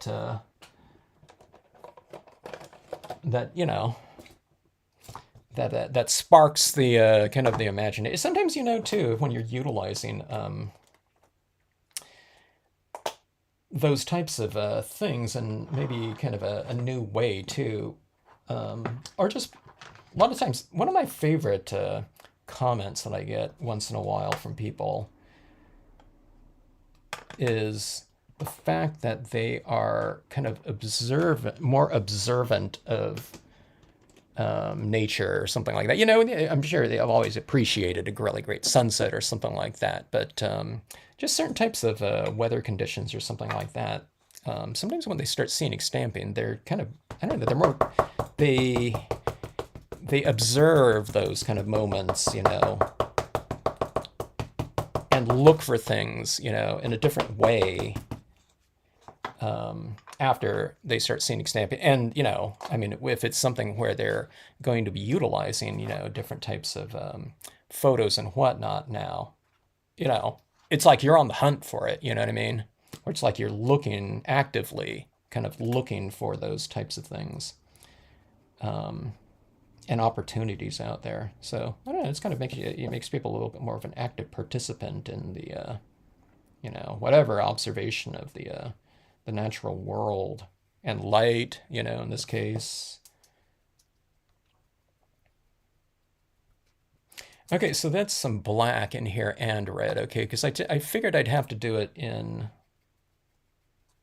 a reasonably dark tone still. I mean, I don't know, maybe I'll try to get a little bit of orange in there as well. Why not? Okay, but for the most part, I want it pretty dark. Okay, let's see how this looks right here. Okay, now I don't think this is going to show up over this area whatsoever. Okay, so I think I might be doing another black impression over the top of it in StazOn ink. But let's see if this shows up at all in that blocked out white area. Okay. Just so we can get some color, maybe some subtle colors in that foreground area. Okay, I think it did right there. It looks kind of magenta to me. But I don't see much of that black in there, but I think it looks okay. Let's go with the... Let's go with the second impression. Okay, so that didn't transfer over a lot of that ink because it's, it's totally non-porous. Okay, so let's go with a little bit more of this orange right here.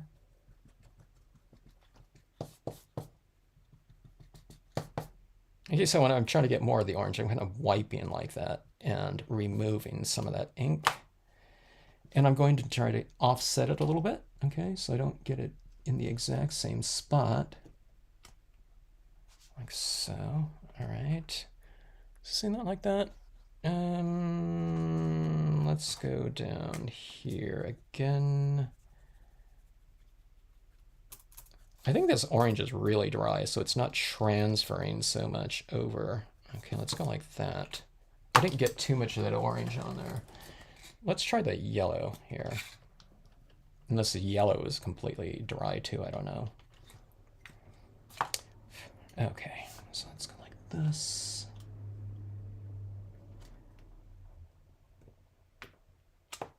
All right. So let's see how that looks in context there. So there's that yellow down there. It doesn't show up too much, but we do get that little bit of yellow or color like that. Okay. Now see, I still have this little area right here where this photograph comes down like this and it goes right down here. I don't like having so much of that right there. And on the other side, it's right down here. So we'll kind of block off a little bit of that. So maybe that's the opportunity for the darker impression. But before we do that, let's hit this with some additional color over here. Maybe, here, let's do a little bit of a, let's do a little bit of that greenish tinge in there too. I used some of this too. A lot of times that ground cover in, you know, those areas that have a lot of fall foliage, you know, that the ground covers equally as, you know, colorful as like the deciduous trees.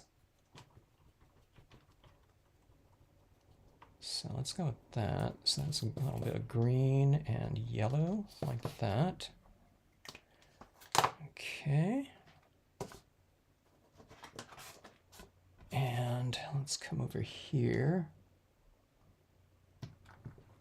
I'll have it a little bit of a different angle. Okay. Huh. The green didn't show up as much. I think we might have to go back to a darker tinge.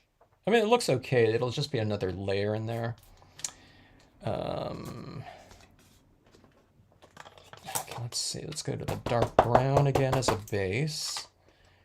And then let's come in with the reds again, like so. I think I spent a little bit too much time coloring this right here because when I do the impressions, it's like, doesn't matter so much. It's because the ink is kind of like spreading around. Actually, it looks pretty good right there. That color on top of that silver, or it's on top, the color's really not on top of the silver, it's on top of the white that's on top of the silver, but it's a little bit more of a translucent tone of that dye-based ink color. All right, so let's see this again here, like that. All right. It looks okay, but now we'll go a lot more dimensional with it by putting in the darker one down here and maybe around the side like that. So we got multiple tones or multiple values there in the foreground, creating kind of foreground depth. Okay, so let's do that with the StazOn ink here.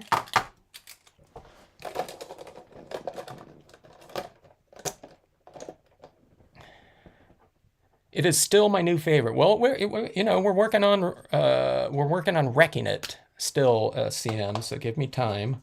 Let me get off some of this dye-based ink off of here first. I don't want to ruin it.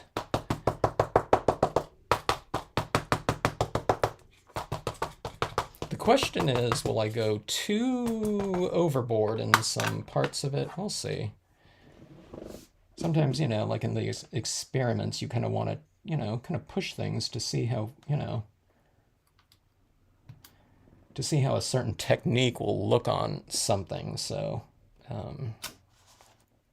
sometimes it's, you know, it's a little bit to the detriment of the overall piece, but I always tell people, you know, I always say I'd rather people go, you know, too far with their, it's usually with coloring or something like that. Than to always kind of hold back and to not try something that they might, you know, something like, you know, if they have a question about it, means that something's kind of standing out to them as something that they might want to try.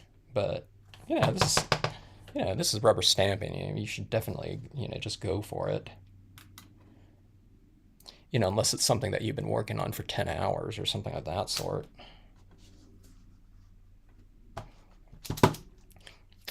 Or in this case, an hour 45.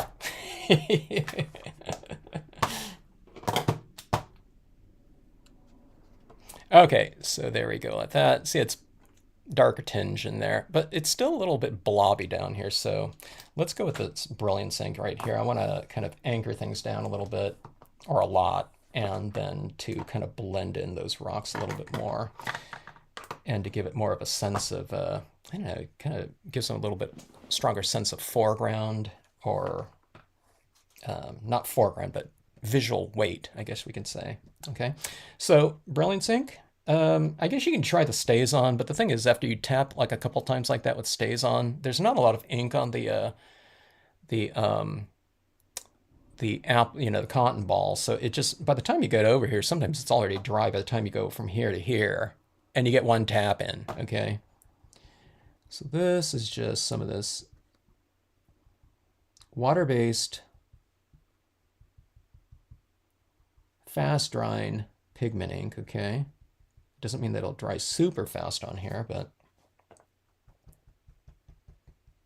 it gives you time to kind of spread it around. So that's the difference between like a Brilliance, graphite black and the StazOn solvent ink, is that you can spread this one around. That's, they're not necessarily interchangeable. You can do all these impressions down here in Brilliance too. But then again, the StazOn is more affixed inherently than, than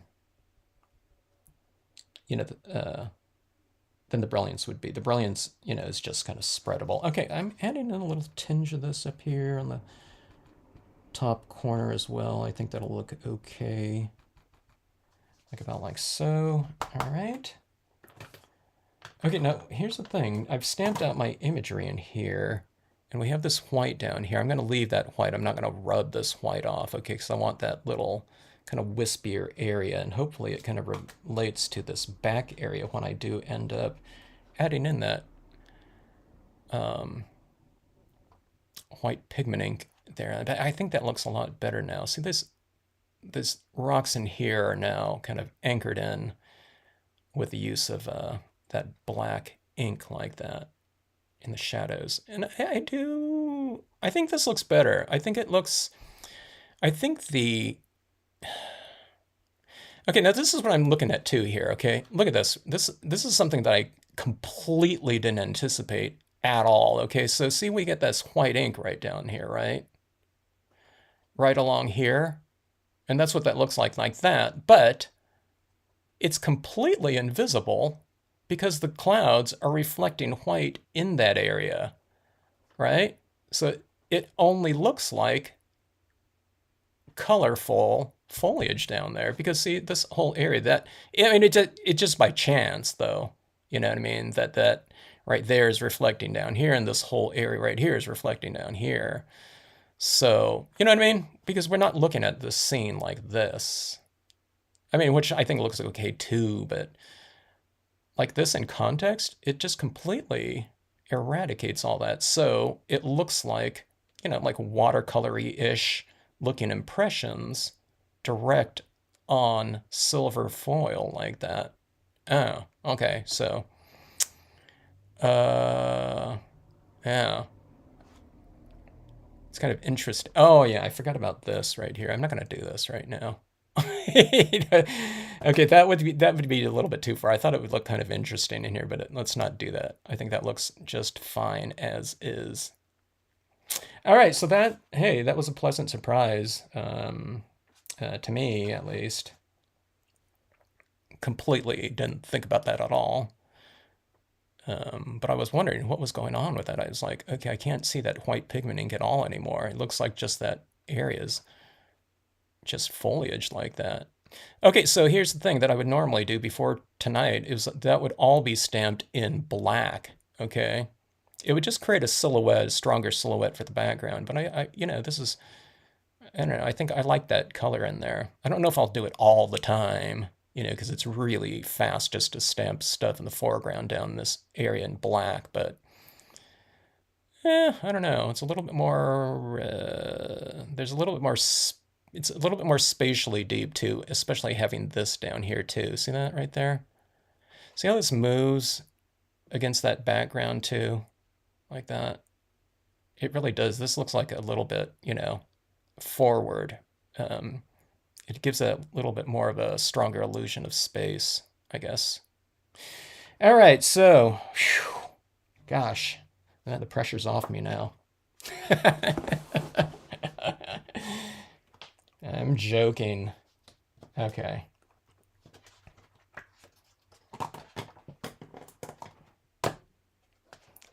Kind of. I mean, I want these pieces to come out looking, pretty decent. But I do kind of emphasize that these things are, going into it, it's a good idea to think about things in terms of, an experiment, okay? Or, you know, like you're going into the lab and whatnot. Okay, so these are some additional kind of rock textures down here, like so.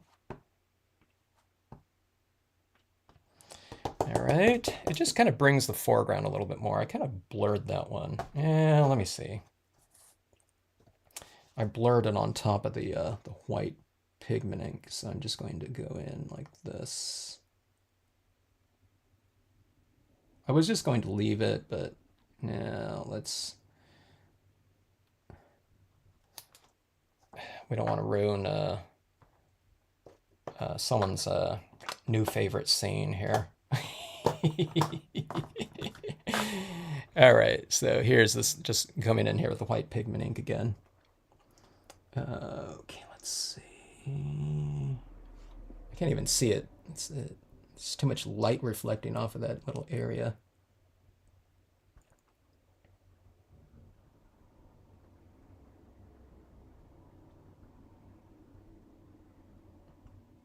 Okay, I was going to add some of this down here anyway, but it's going like that. Oh, let's do this later here. Okay, I'm going to add a little bit more in here later. That's kind of that white, my dye-based ink is still wet there. Wait, where did this Q-tip go? Okay, let me see like this. I'm doing some operation work here. Okay, there we go. Actually, what I'll do is I'll let me see, where'd that black go again?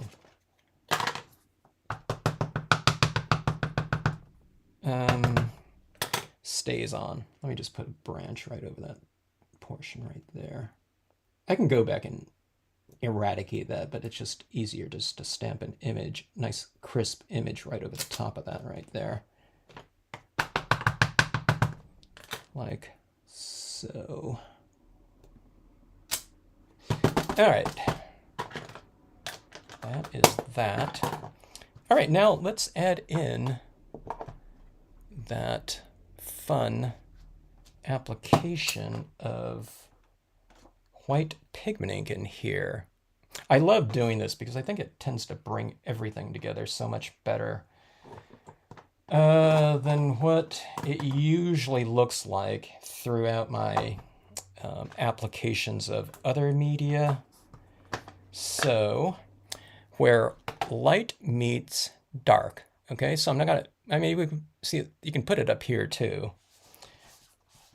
which I do sometimes. These photographs are already kind of, you know, misty and whatever from a textural standpoint. But sometimes, see, if I come in here like this with some of this white, and I'm doing it in the Brilliance ink, I think you can use other types of inks too. I've used like Color Box and the Hero Arts one.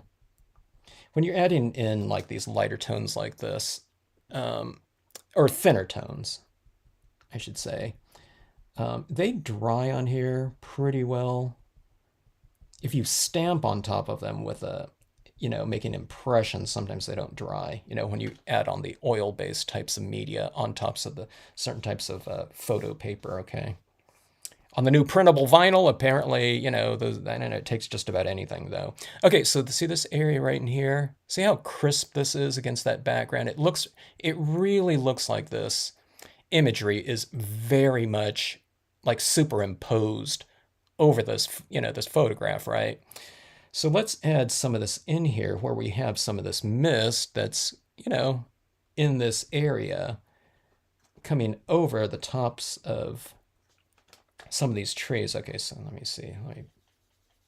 Anytime you get it's too frayed, then just squash it down on a lid or something like that to make it nice and flat, okay?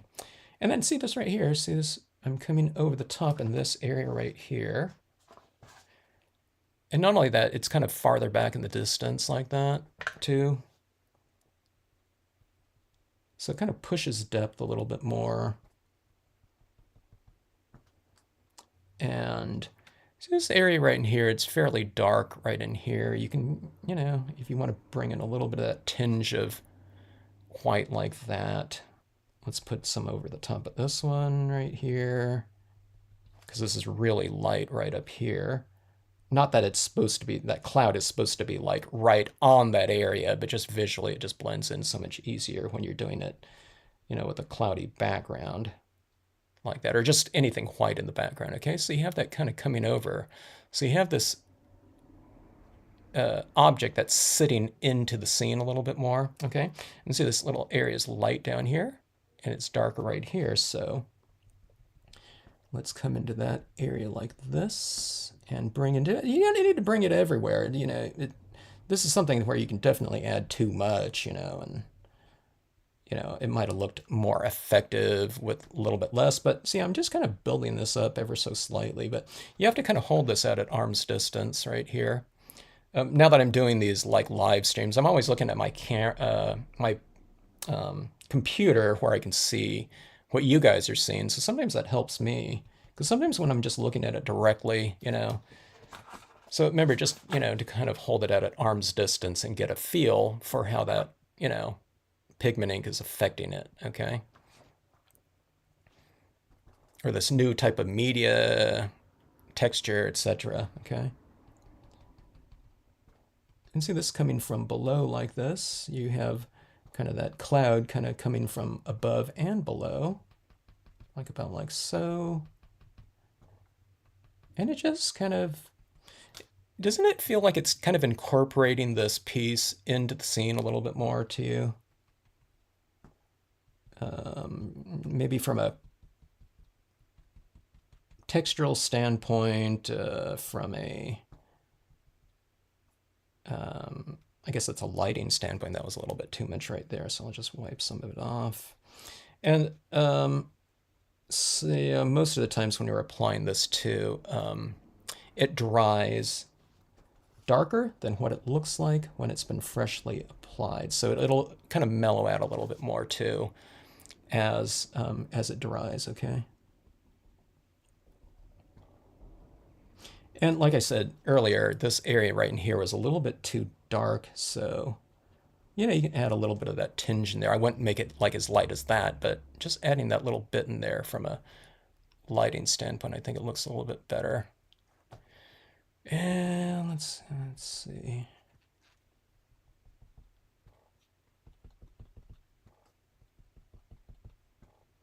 It's kind of integrating. It's integrating two completely, you know, like different areas or different things on here. We have this photographic type of process, and then we have this, you know, kind of foreign type of thing, you know, this impression going right over the top of it. But, you know, you can integrate it pretty well just with the use of, you know, a similar type of texture, which is just some white pigment ink. So it really makes it convenient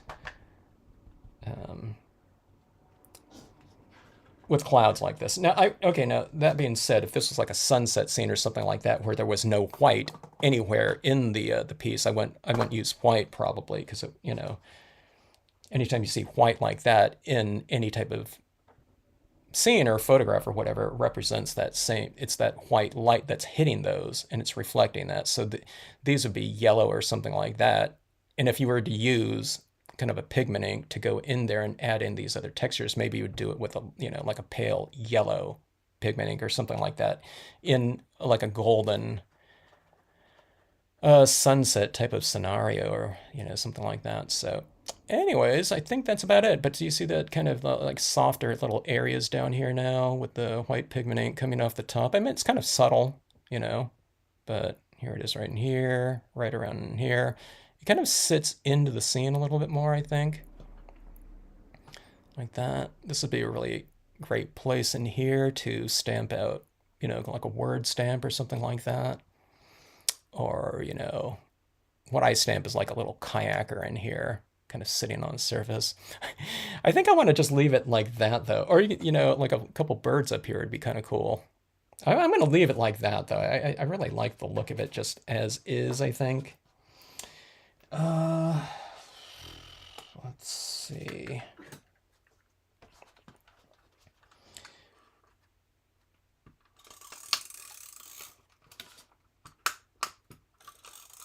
you don't have to get this tape right up to the edge of your card area right in there. Okay, and you're just taking it like this, take it at a 45-degree angle like this, and just take it right in here, match it up, you know, as carefully as you can. Like so. And lay it down like so. And let's see, let me take a like that.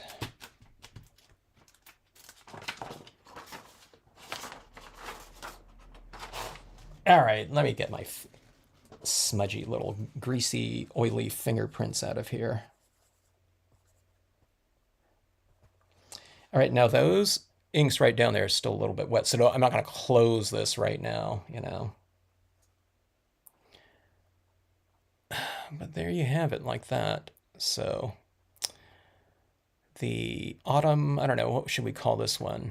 I've been just calling my pieces kind of real sterile types of names lately that are kind of more descriptive of the area, but if anyone can think of a good title for this piece, we are open to suggestion. Let's see, I'm going to add in some little highlights. Oh, wait, I forgot about this. We're not done here. I'm adding some little highlights on some of these leaves.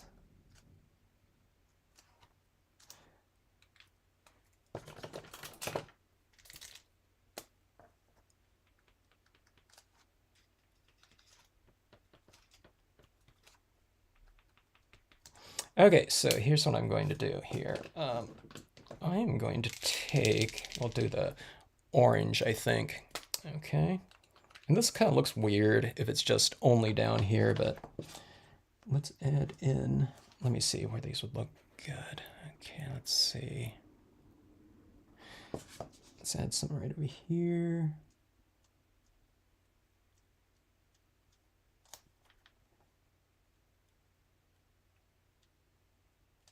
I'm kind of clustering them like little, you know, where there might be like a little current in the water. And let's go with a little bit of yellow. The green ones, I'm not going to put green dots down there because they're adhering, you know, they're not falling into the water yet.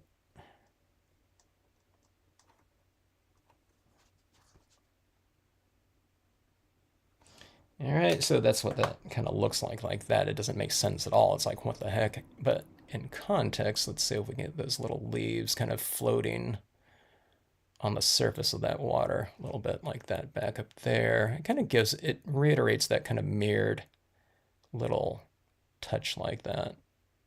All right. Let me see here. We need a little bit of this in here too, okay.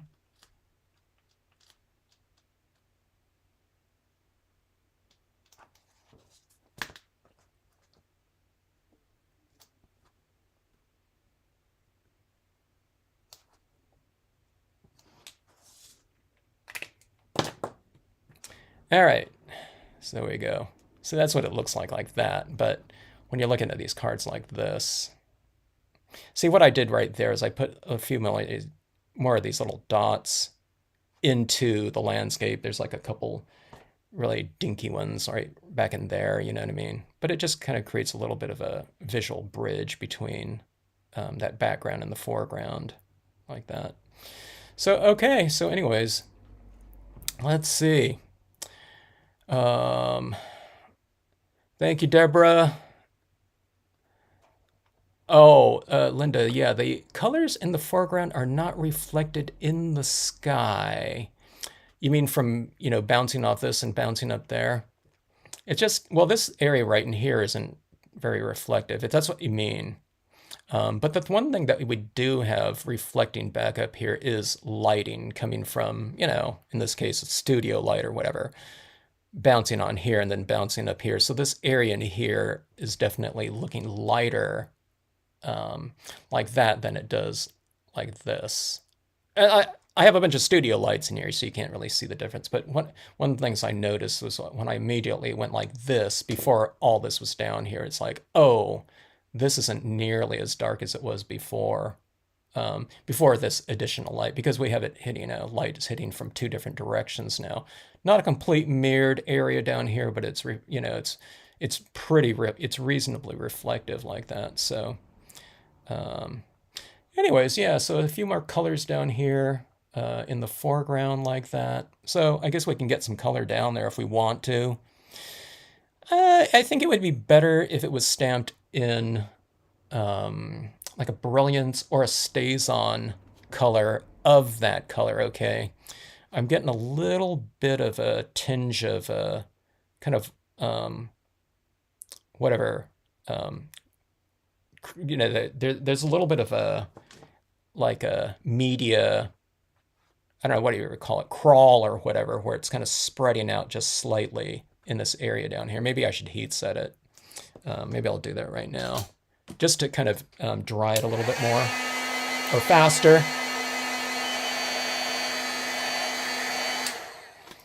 I mean, overall, it's not too bad. But yeah, I just don't happen to have other colors of StazOn or Brilliance at all. But that would probably be better, though, for those impressions down there. But looking at it, though, it's nice to know that we can get some color in that foreground over the top of that silver foil, and to have it, relate. The benefit on this one, the big thing that I just didn't think about at all, was that all that white blocking out like down there, okay, is just not even apparent at all when seen in context like this. So that was a really nice surprise.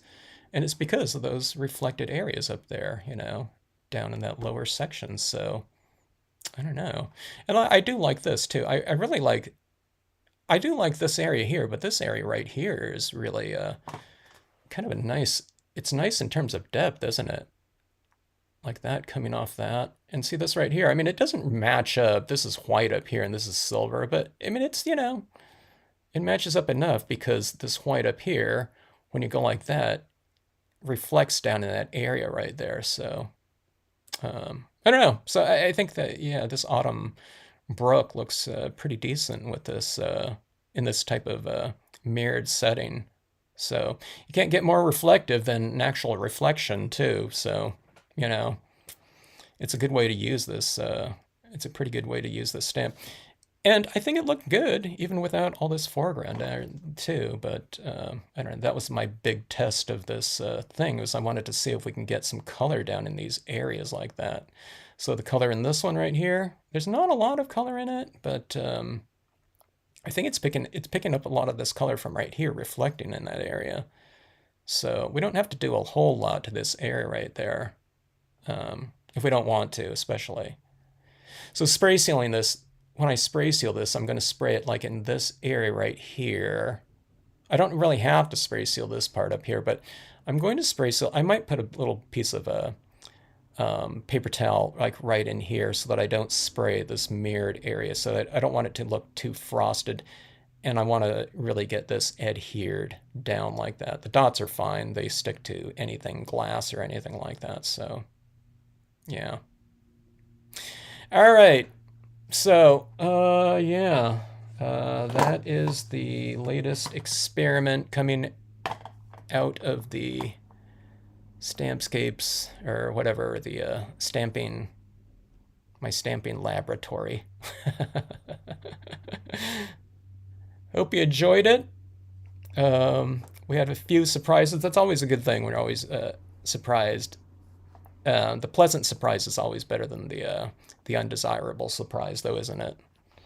So, mirror cards, try them out. Oh, yeah, I think I almost went through, unbelievably, 60 sheets of my first pack of that silver foil. I did give a lot away to the participants in that Stamp Wars Stamp Wars live workshop that we did, but I was just surprised at how much of this silver foil I went through over the course of 1 year. I thought I don't know, when I got that, 60 sheets of that, at quarter size, it's, what is that, 60 times 4. What is that again? 240? Not all of them were quarter size pieces, and I didn't use everything for a mirror card, but I don't know, I went through that pretty fast. Yeah, I don't know, might be the novelty of it too, or something like that. But I don't know. It's just some really great stuff, I guess. And I'm glad I checked on it recently too, because some people were asking about that, and I was surprised that it might have went up like $1 or $2. Sorry about in Canada, Linda and everyone like that. It's more expensive to get some of these types of things up there, but. That 60 sheets silver, I know it was still like $18, where like a year and a half ago I paid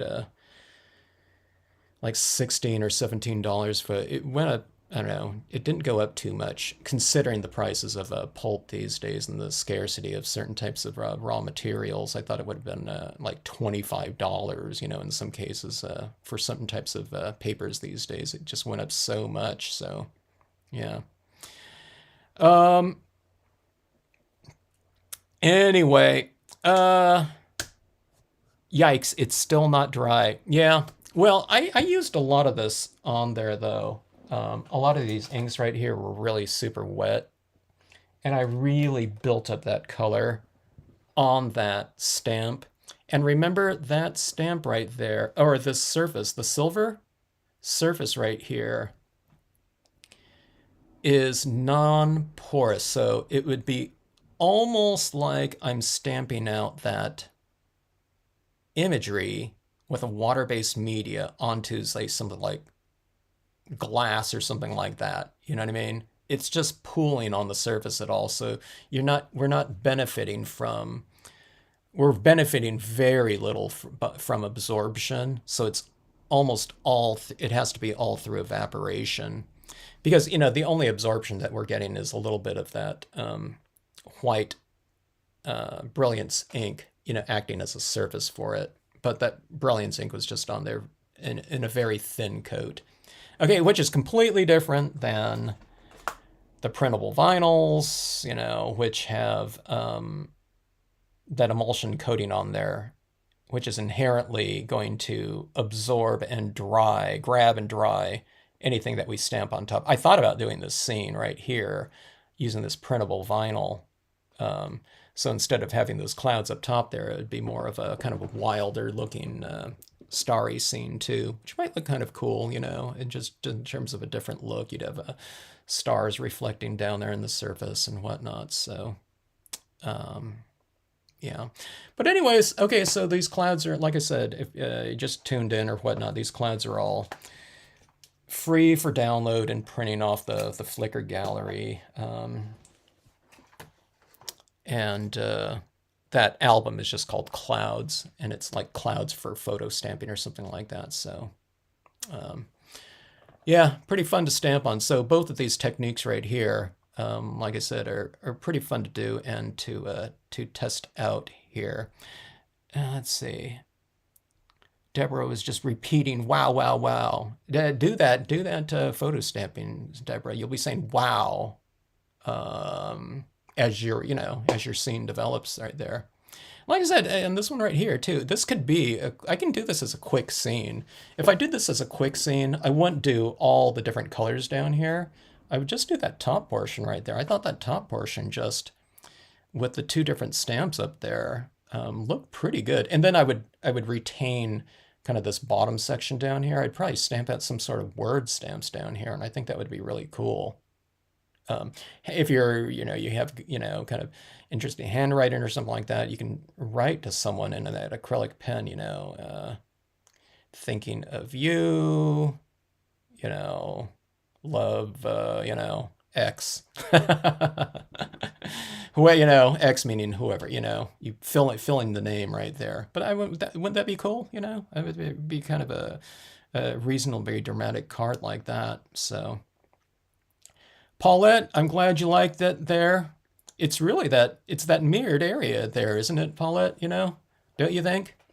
So, you have this mirrored area right there, and we're really getting a lot of, even just see, this is my camera right here is focusing on this area right here, but this area right here, it's 4 inches right from here. So this area right here is a little out of focus, which kind of adds to that feeling of depth. And then this mirrored area down here, I mean, it's not a completely mirrored look, but so I really like the action of opening these cards too. I like what that does down there and that movement like that, you know. But I don't know, just like I always say in these mirror cards, I kind of geek out at that at that visual movement and parallax, that you get in there, and plus that little area down there, kind of, when you move it around like that, again, it gives it that little wobble, which, kind of is reminiscent of, some sort of watery surface too. So, yeah, just fun stuff with that. And, what we were talking about earlier, when you have that cloud area filled in like that, it's like that cloud area is up here, and it's reflected down here. So this card right here is only doing, it's like addressing like 30% of the card right there, where this other, whatever 70% is already kind of complete, and we don't really have to do anything to it. And then it's reflected down here. So you're getting the kind of the double whammy too, you know what I mean? Like that. So, yeah. Yeah, a couple of tiny birds up there, I agree, Linda, would look really good. You just like flying, I'd do it, on a rule of thirds, something over here, huh? Like this, right in here, would be kind of nice. I really want to do this one again. I want to do this one again now, but I want to do like a quote down here or something like that. Because I really do like words. Or you can stamp, word stamp up here. And I think that would be kind of interesting. And again, some people ask me, well, what do you put on the outside? Well, I would ask them, well, what, if you did this card like this, without it being a mirror card, I would say, well, what would you put on the inside of your card? And then whatever you would do with that, just put it on the outside. Now this is black again, but this card can be white too. You can put white here. Just, if you have it white, see if you have a little bit of like a sliver of that seam showing in there where it's white, sometimes it's very visible, but maybe not with a photograph like this where it's all white against the bottom, anyway. But if you're doing like a sunset scene or something where this is all dark, that white really shows up, because see this foil like this, when you go like this, it's almost black, right here, it's reflecting my dark ceiling right now because I don't have the lights turned on in my room. I only have it on my desk. So sometimes a white is in here. So, I mean, if you do that, and if it's really distractive, you just take a Sharpie pen and just color that in black on the seam. But, whatever you put in there, you can put it out here. You can say, thinking of you,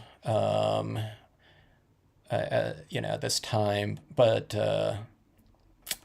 not enough to stamp you a scene like I normally do. Love, Kevin. And then they go like this. Oh, you fooled them. Or something like that. But you know what I mean? You can put whatever you want on the outside like that.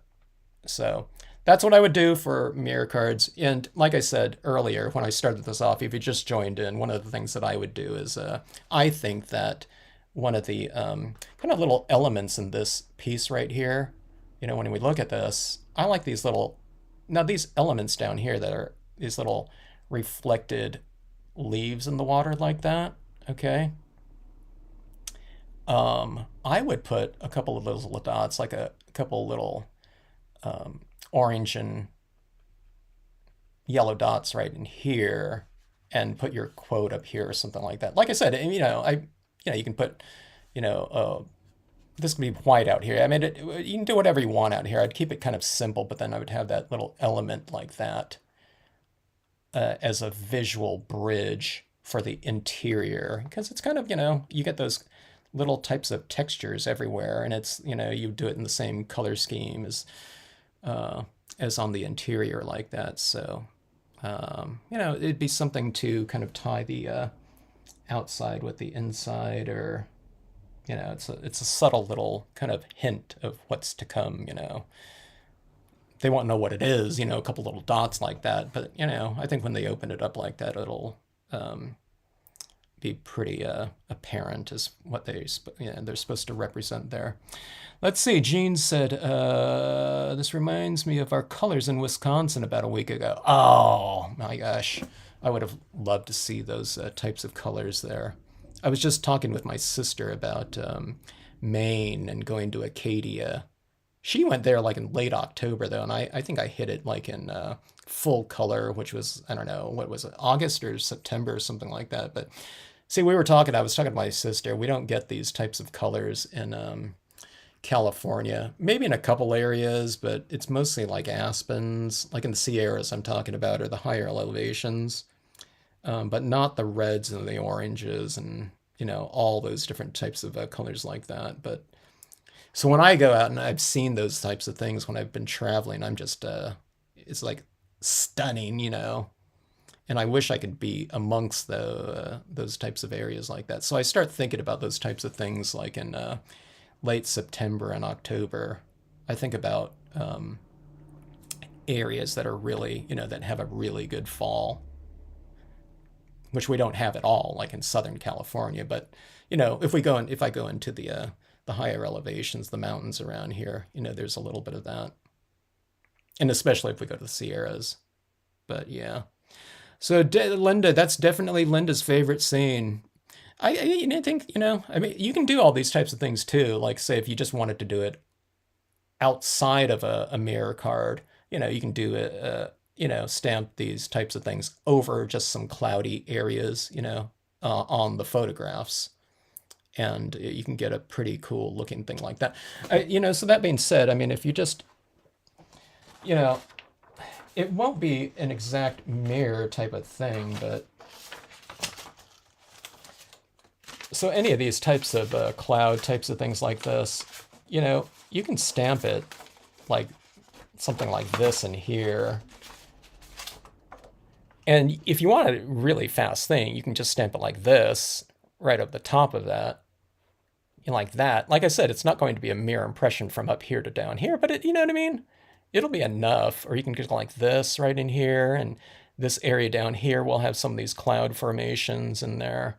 And you can color it in, and that'll look good too, just that, like I said, that little mirrored type of thing like that adds that little extra element, and it's not a lot to do down here, first of all, because it's just everything's reflected down there anyway. So think about that as well. You can just do just straight photo stamping. So, but these photo stampings with the mirror, though, that sure is effective in terms of I don't know, kind of an additional kind of bonus for these pieces I'm finding. Let's see here. Paper towel masking was my next question. Yeah, just paper towel masking, Linda. Most of the times with Stampscapes, you want to overlap things by, larger stamps, you want to overlap them by 1/4 inch to 1/2 inch. Smaller stamps, maybe, 1/4 inch or so. So that paper towel masking is usually the thing that I do. And I undermask things because you want everything to be nice and integrated. So sometimes that's what people ask me about, and it's a valid question, like, are your cling foam stamps, do they have the image on the back of it so I can see what I'm doing? And yeah, I mean, I would like to have them on there, but, really when you're overlapping things, though, by that extent, sometimes if people have the image to look at, like this, okay, sometimes when they're first starting out, they're trying to match things up like perfectly like that, okay, like edge to edge, like a puzzle, but really it's more like that. So it's like going over it. So that's what I did with this piece right here, where this one's going into this one. This one right here, which represents this portion right here, going into this one. This is going into here like 1/4 inch or so. Remember, I wiped off some of this, but I overlapped it a good portion of where I inked it up. just so that I don't have any kind of gaps in between there. So yeah, so the only time I really do some serious masking off is like when I'm using like the lighthouse or something like that that doesn't have like trees to each side of it, and it's just like a hard line like that. So in those cases, I'm stamping a cloud behind it or something like that. Then I might use a straight piece of piece of paper or something like that because it's a straight edge on there, and then I undermask it too, so that I'm stamping into that lighthouse somewhat, because the lighthouse I made fairly solid, so that if we did do some impressions behind there, some imagery, we wouldn't have to do too much. It would, the darker kind of foreground lighthouse would obscure that. I think about all those things when I'm designing them, because I'm thinking, I'm going to have to use these stamps more than anyone, and I don't want to be doing. So I'm thinking about masking, the necessity of masking when I'm designing these images. So I'm putting into the image as much as I need to do so that when it comes to usage, it'll be as, non kind of fussy as possible in terms of what we have to do to use them. So I want them like super easy to use. I try to eradicate all necessity for as much masking as possible. So I rarely mask. And if I do, it's just like a torn paper towel or something like that sort. So, yeah. Deborah can stare at this all day. So that's what you need to do, Deborah. Just freeze frame it and look at it every day. We'll do a thing where we can loop. I'll go like this to it, and we'll loop. What is it, like those Instagram or whatever, or YouTube shorts where it just keeps looping and looping and looping, like this 10-second little thing like that. I really like the way this one turned out too. It's really fun for me was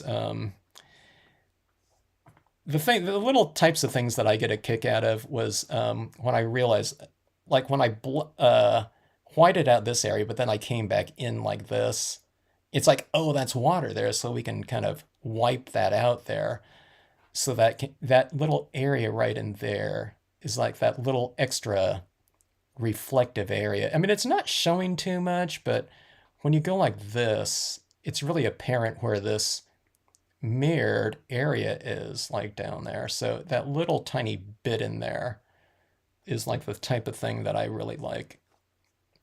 It's the type of thing that I'm looking at, as the stamper of this one. That's the type of thing that kind of, I don't know, that gets my attention on this one, that I really like that little passageway up into that area right there, because that area in there, because that's still water up there, right? But it's not part of that silver area. So those are the types of things that I was wondering if it would merge enough. And having that white area right here was okay, but just erasing it, I thought, kind of helped it out a little bit more. But like I said, I've added in that white over here too, so it's just kind of a little bit more integrated. So I'm really happy with this one. Like I said, I didn't know how some of it would come out. Like I said, some of this little ink down here is getting a little bit blurry, but, if it gets too much, I think it's dry now, but if I get like a StazOn red or orange or something like that, I can put yet another layer of these leaves, or the Brilliance ink. Maybe the Brilliance would be even better.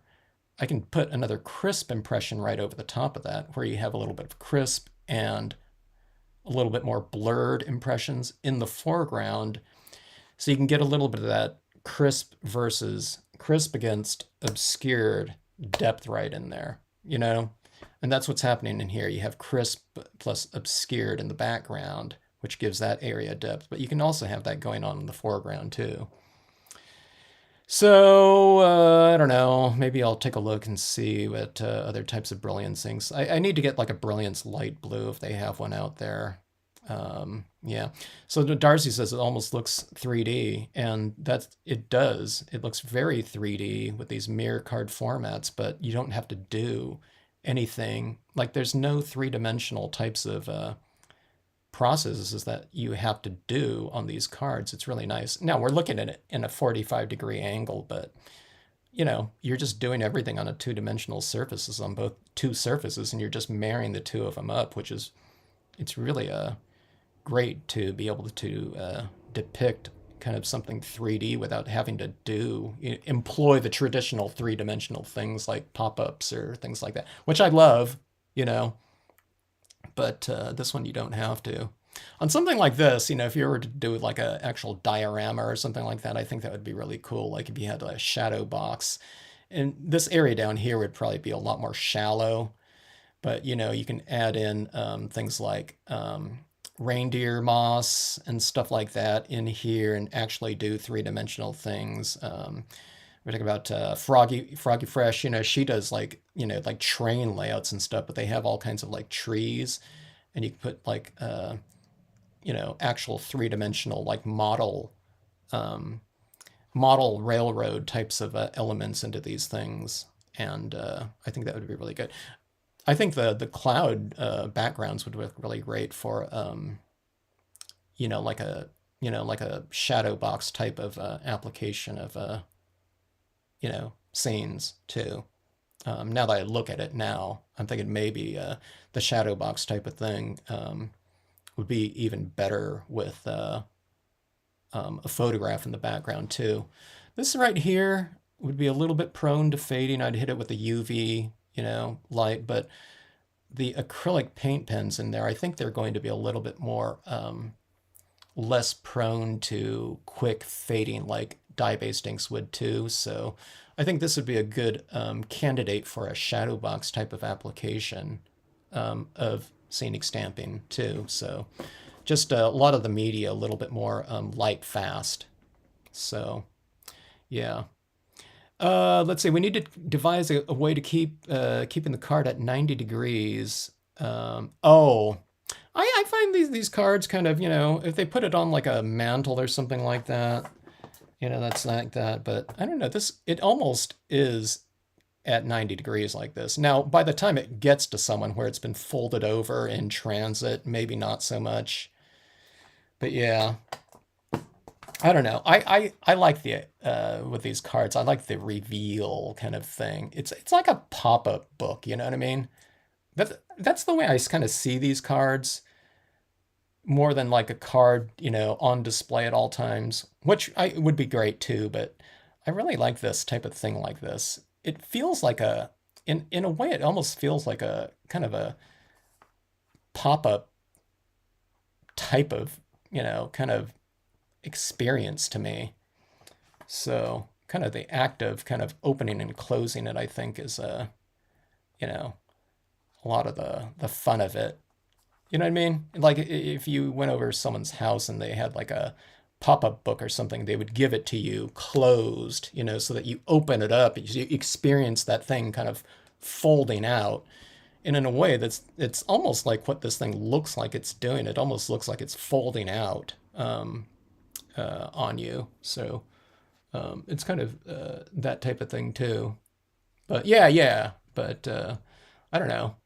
Probably someone has a good idea. Or there's those types of those L brackets, that you can get if you're sending out mirror cards to someone all the time. You can put something a little bit tacky on both sides of the mirror bracket, like a little bit of double stick up here, kind of not too tacky, and then down here where, and it can be a real small one on the back there. That's all you'd probably need is a, kind of a smaller one, maybe going up about 1 inch by 1 inch or 1.5 or something. Those ones that have that little hole in the metal, you buy them at the hardware store, maybe something like that. So I don't know, maybe someone can come up with some of that. You go to Home Depot and buy a packet of 100 of those L brackets like that, and then you put a piece of a little bit of double stick tape on both ends, and then you can market your product as a mirror card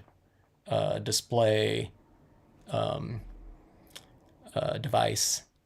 Yeah. Okay, let's see. Something that goes along with the card. Can we make an easel? That'd be kind of cool. Yeah, that'd be kind of neat, huh? Standing on like wooden legs or something like that. That would, aesthetically, that would look really nice. Hmm. Yeah. There's probably some existing things out there. You know, what you can get is like some kind of doll's chair that's wooden, right? As long as it doesn't have like the armrest or something like that, you could put it on top of like a little chair and then put that thing up on display like that. So yeah, there's probably some existing types of things out there. So yeah, let's see. Alicia, watch the replay. Watch the. I'll do a voiceover overdub here. You know, and do it fast so you can see how it came together really fast. And like, I don't know, I try to keep those voiceovers down to like about 10 minutes or something like this. I don't think this card didn't take too long, you know, but every time I'm doing one of these things and trying to figure things out along the way, it always extends it. But then when I'm done with it, like on my last card, I thought I'm going to do that again because I know I can do it in a quick card format way. So there's certain things that I would just remove. You know, when I do those redos of this in a quick card format, I remove all the things that I didn't have to do. That I didn't realize, that I didn't have to do. This could probably use a little bit of that white pigment ink right down here on the silver foil. I'm not going to do it here, but dividing this little area up right down here with that top portion. Like I said, I don't want to do that though. This card's done. Unless I get that other crisper kind of a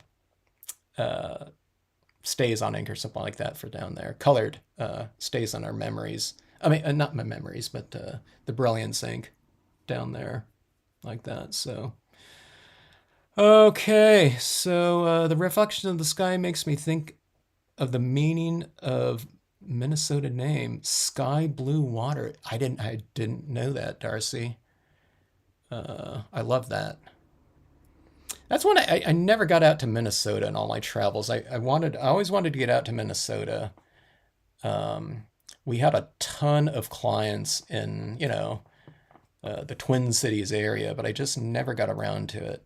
It wasn't good for me to go to areas that there were already a lot of stores and people teaching how to use Stampscape stamps. Because sometimes I would go to an area and they had fantastic teachers out there. Some of them better teaching more techniques than I did, especially at the time. And sometimes I would go into an area and teach, at some store. They wanted me to go out there, and that teacher that taught there often wanted me to go out there. But sometimes I go out there and teach, and it's like people thought, okay, I'm done. We took the class from, the creator of the, things. So they went take the classes from whoever's been teaching out there,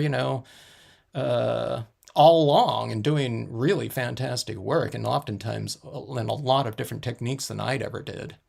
Chalks, embossing, all kinds of different constructions, dominoes, and whatever was going on at the time. But I always wanted to go out to Minnesota. Minnesota, and I think, no, I did make it out to Wisconsin another time. Yeah. But that's cool about that name. I didn't know about that.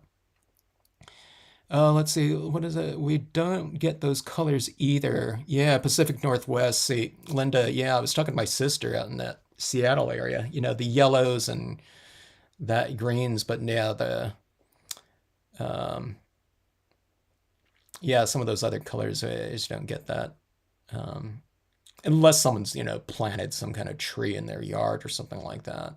But yeah, we need to go back east for that. So we're going to have a scenic stamping retreat in some kind of area like that. I used to joke, or not joke, but I used to tell people, we should have a scenic stamping retreat somewhere. And I was trying to think of some areas that had some that were really scenic and everything like that. So one of the areas that kind of came up was this is years ago, like in the Yahoo group, but we were thinking about like Sedona or something like that. And I actually looked into a place that had like a meeting room and stuff like that, and reasonable rates and stuff like that. And Ken Peshu, who lived in Phoenix, he said he can, go and pick people up at the Phoenix airport and drive them up there. And then I was thinking, you have a scenic stamping retreat, everyone's going to be in that room anyways and never leaving it. So it didn't really matter where it was. It doesn't have to be scenic around there. Okay, Maureen, hello. Yeah, we're done with the card here. It was a real quick card, Maureen. It just took like 5 minutes to do. I'm joking, but yeah, really fun and a couple new techniques there too. So yeah, sky blue water in autumn. Sky blue water in autumn. There's is that the name of the title piece there? That's a real long one though. I don't know if I can't fit it into the that title thing in uh on the iMovie title thing there. What about Sky Blue Autumn or something like that? That'd be a good one. Sky blue, sky blue, sky blue fall. No, autumn sounds better, huh? It's more poetic than saying fall. We'll come up with, well, that's a good one though, Linda. All right, folks. We will call this Wednesday night live session here. Thanks so much for joining in.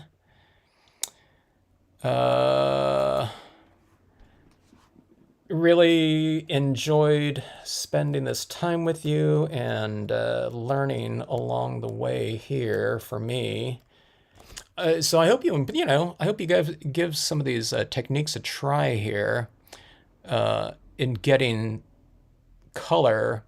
Maybe you can test out some of those things. But a lot of you guys might have other colors of Brilliance ink and or StazOn ink, but let me know. And then if you have some of that silver foil, I'd love to see what that looks like on top of that, how opaque it is, how kind of three-dimensional it is. And the thing about the StazOn and well, especially the Brilliance ink's thicker too.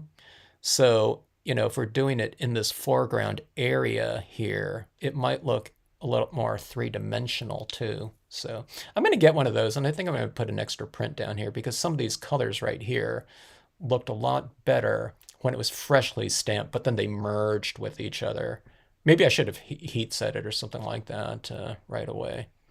I probably could have even clear embossed now that I think about it too, but I think in doing that too, I think it would have changed the colors a little bit. But I'm curious to know if how those Brilliance inks would look across that silver foil and if it would be opaque enough to stand out. So autumn stillness, that's a good one too.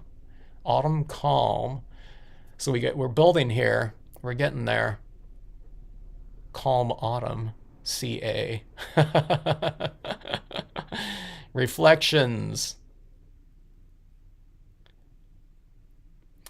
I bet Pennsylvania would. That whole area up there. Yeah.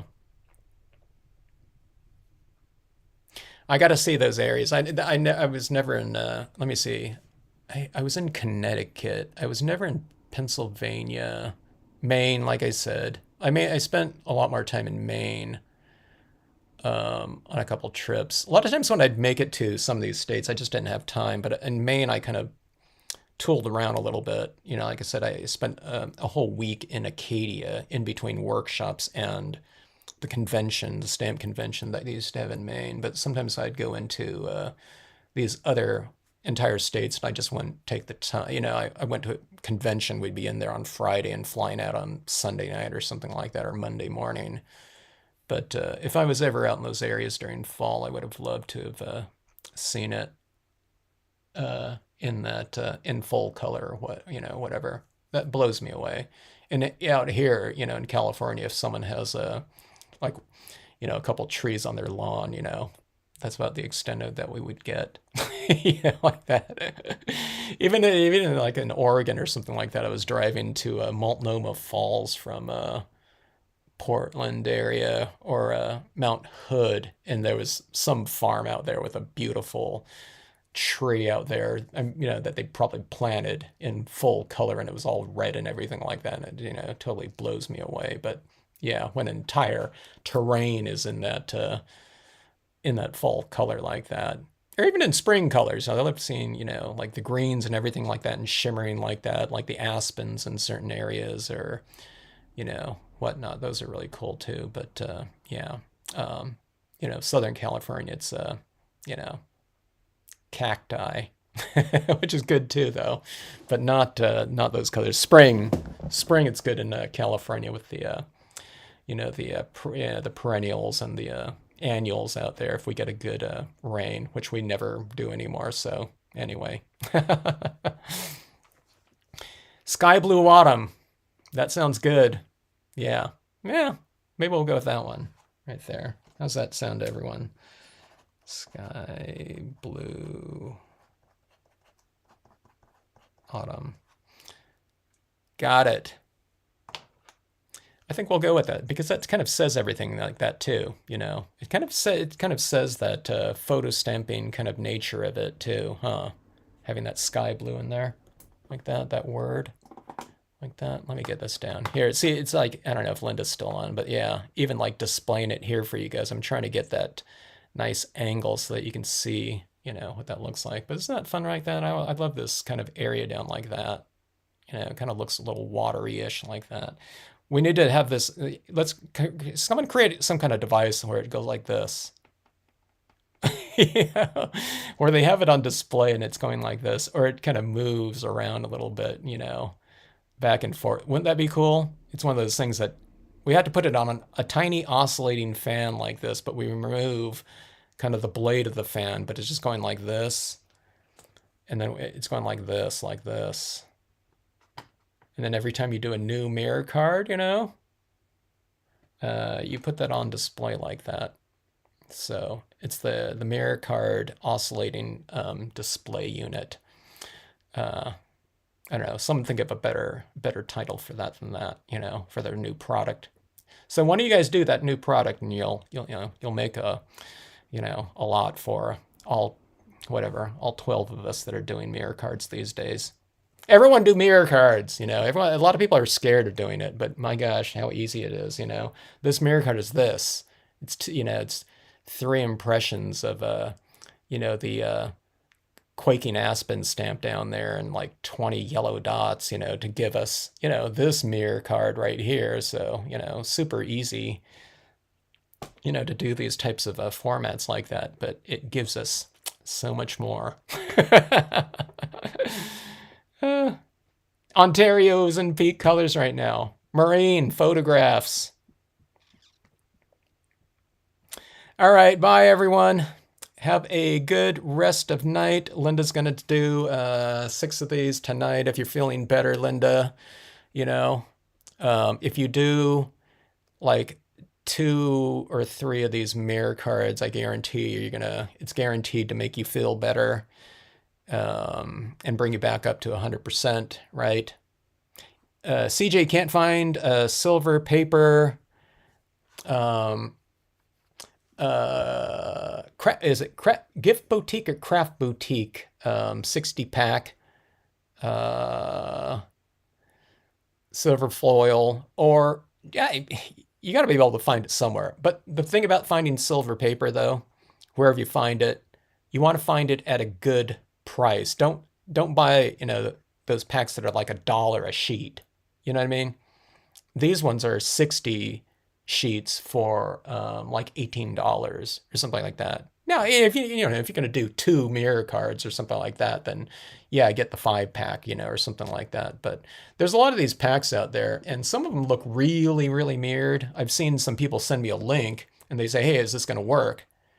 They're in a different country or something like that. And sometimes from the photographs at least, sometimes they look even more mirrored than these ones. I just bought this one because it was the cheapest.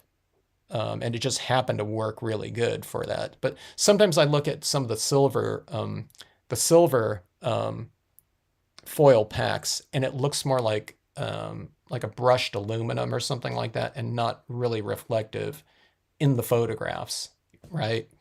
So, I don't know, really try to gauge the mirror aspect of it, the reflective aspect of it, based on the photographs too, so.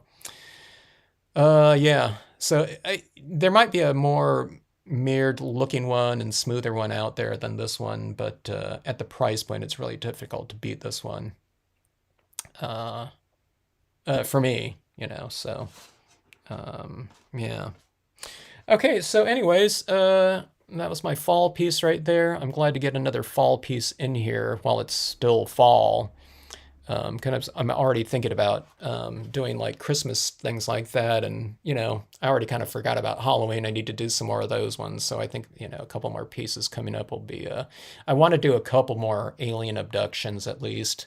I feel stupid even saying that out loud. It sounds crazy, but a couple more alien abduction cards. To bring out the kid in all of us. We should all do at least one alien abduction scenario per year or whatever.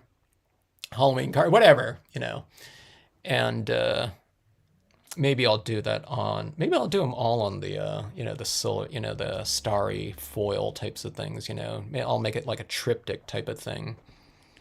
And I don't know. Halloween again, maybe, I don't know, something like that. So I don't know, maybe I'll combine it, it'll be an alien abduction kind of, well, the alien abduction is supposed to be a Halloween type of format anyway, but I'll make it look even more like Halloween-ish, because those cows, getting abducted here, this could be, it could be this could be in, summer or whatever. It could be any time of year. Right? Any abductions, they don't take place at any like specific time of year. So I don't know, maybe I'll make it more seasonal or something like that. I'll put it in like it's snow or something like that. So it'll be a Christmas, Halloween, winter type of scenario for a kid's birthday.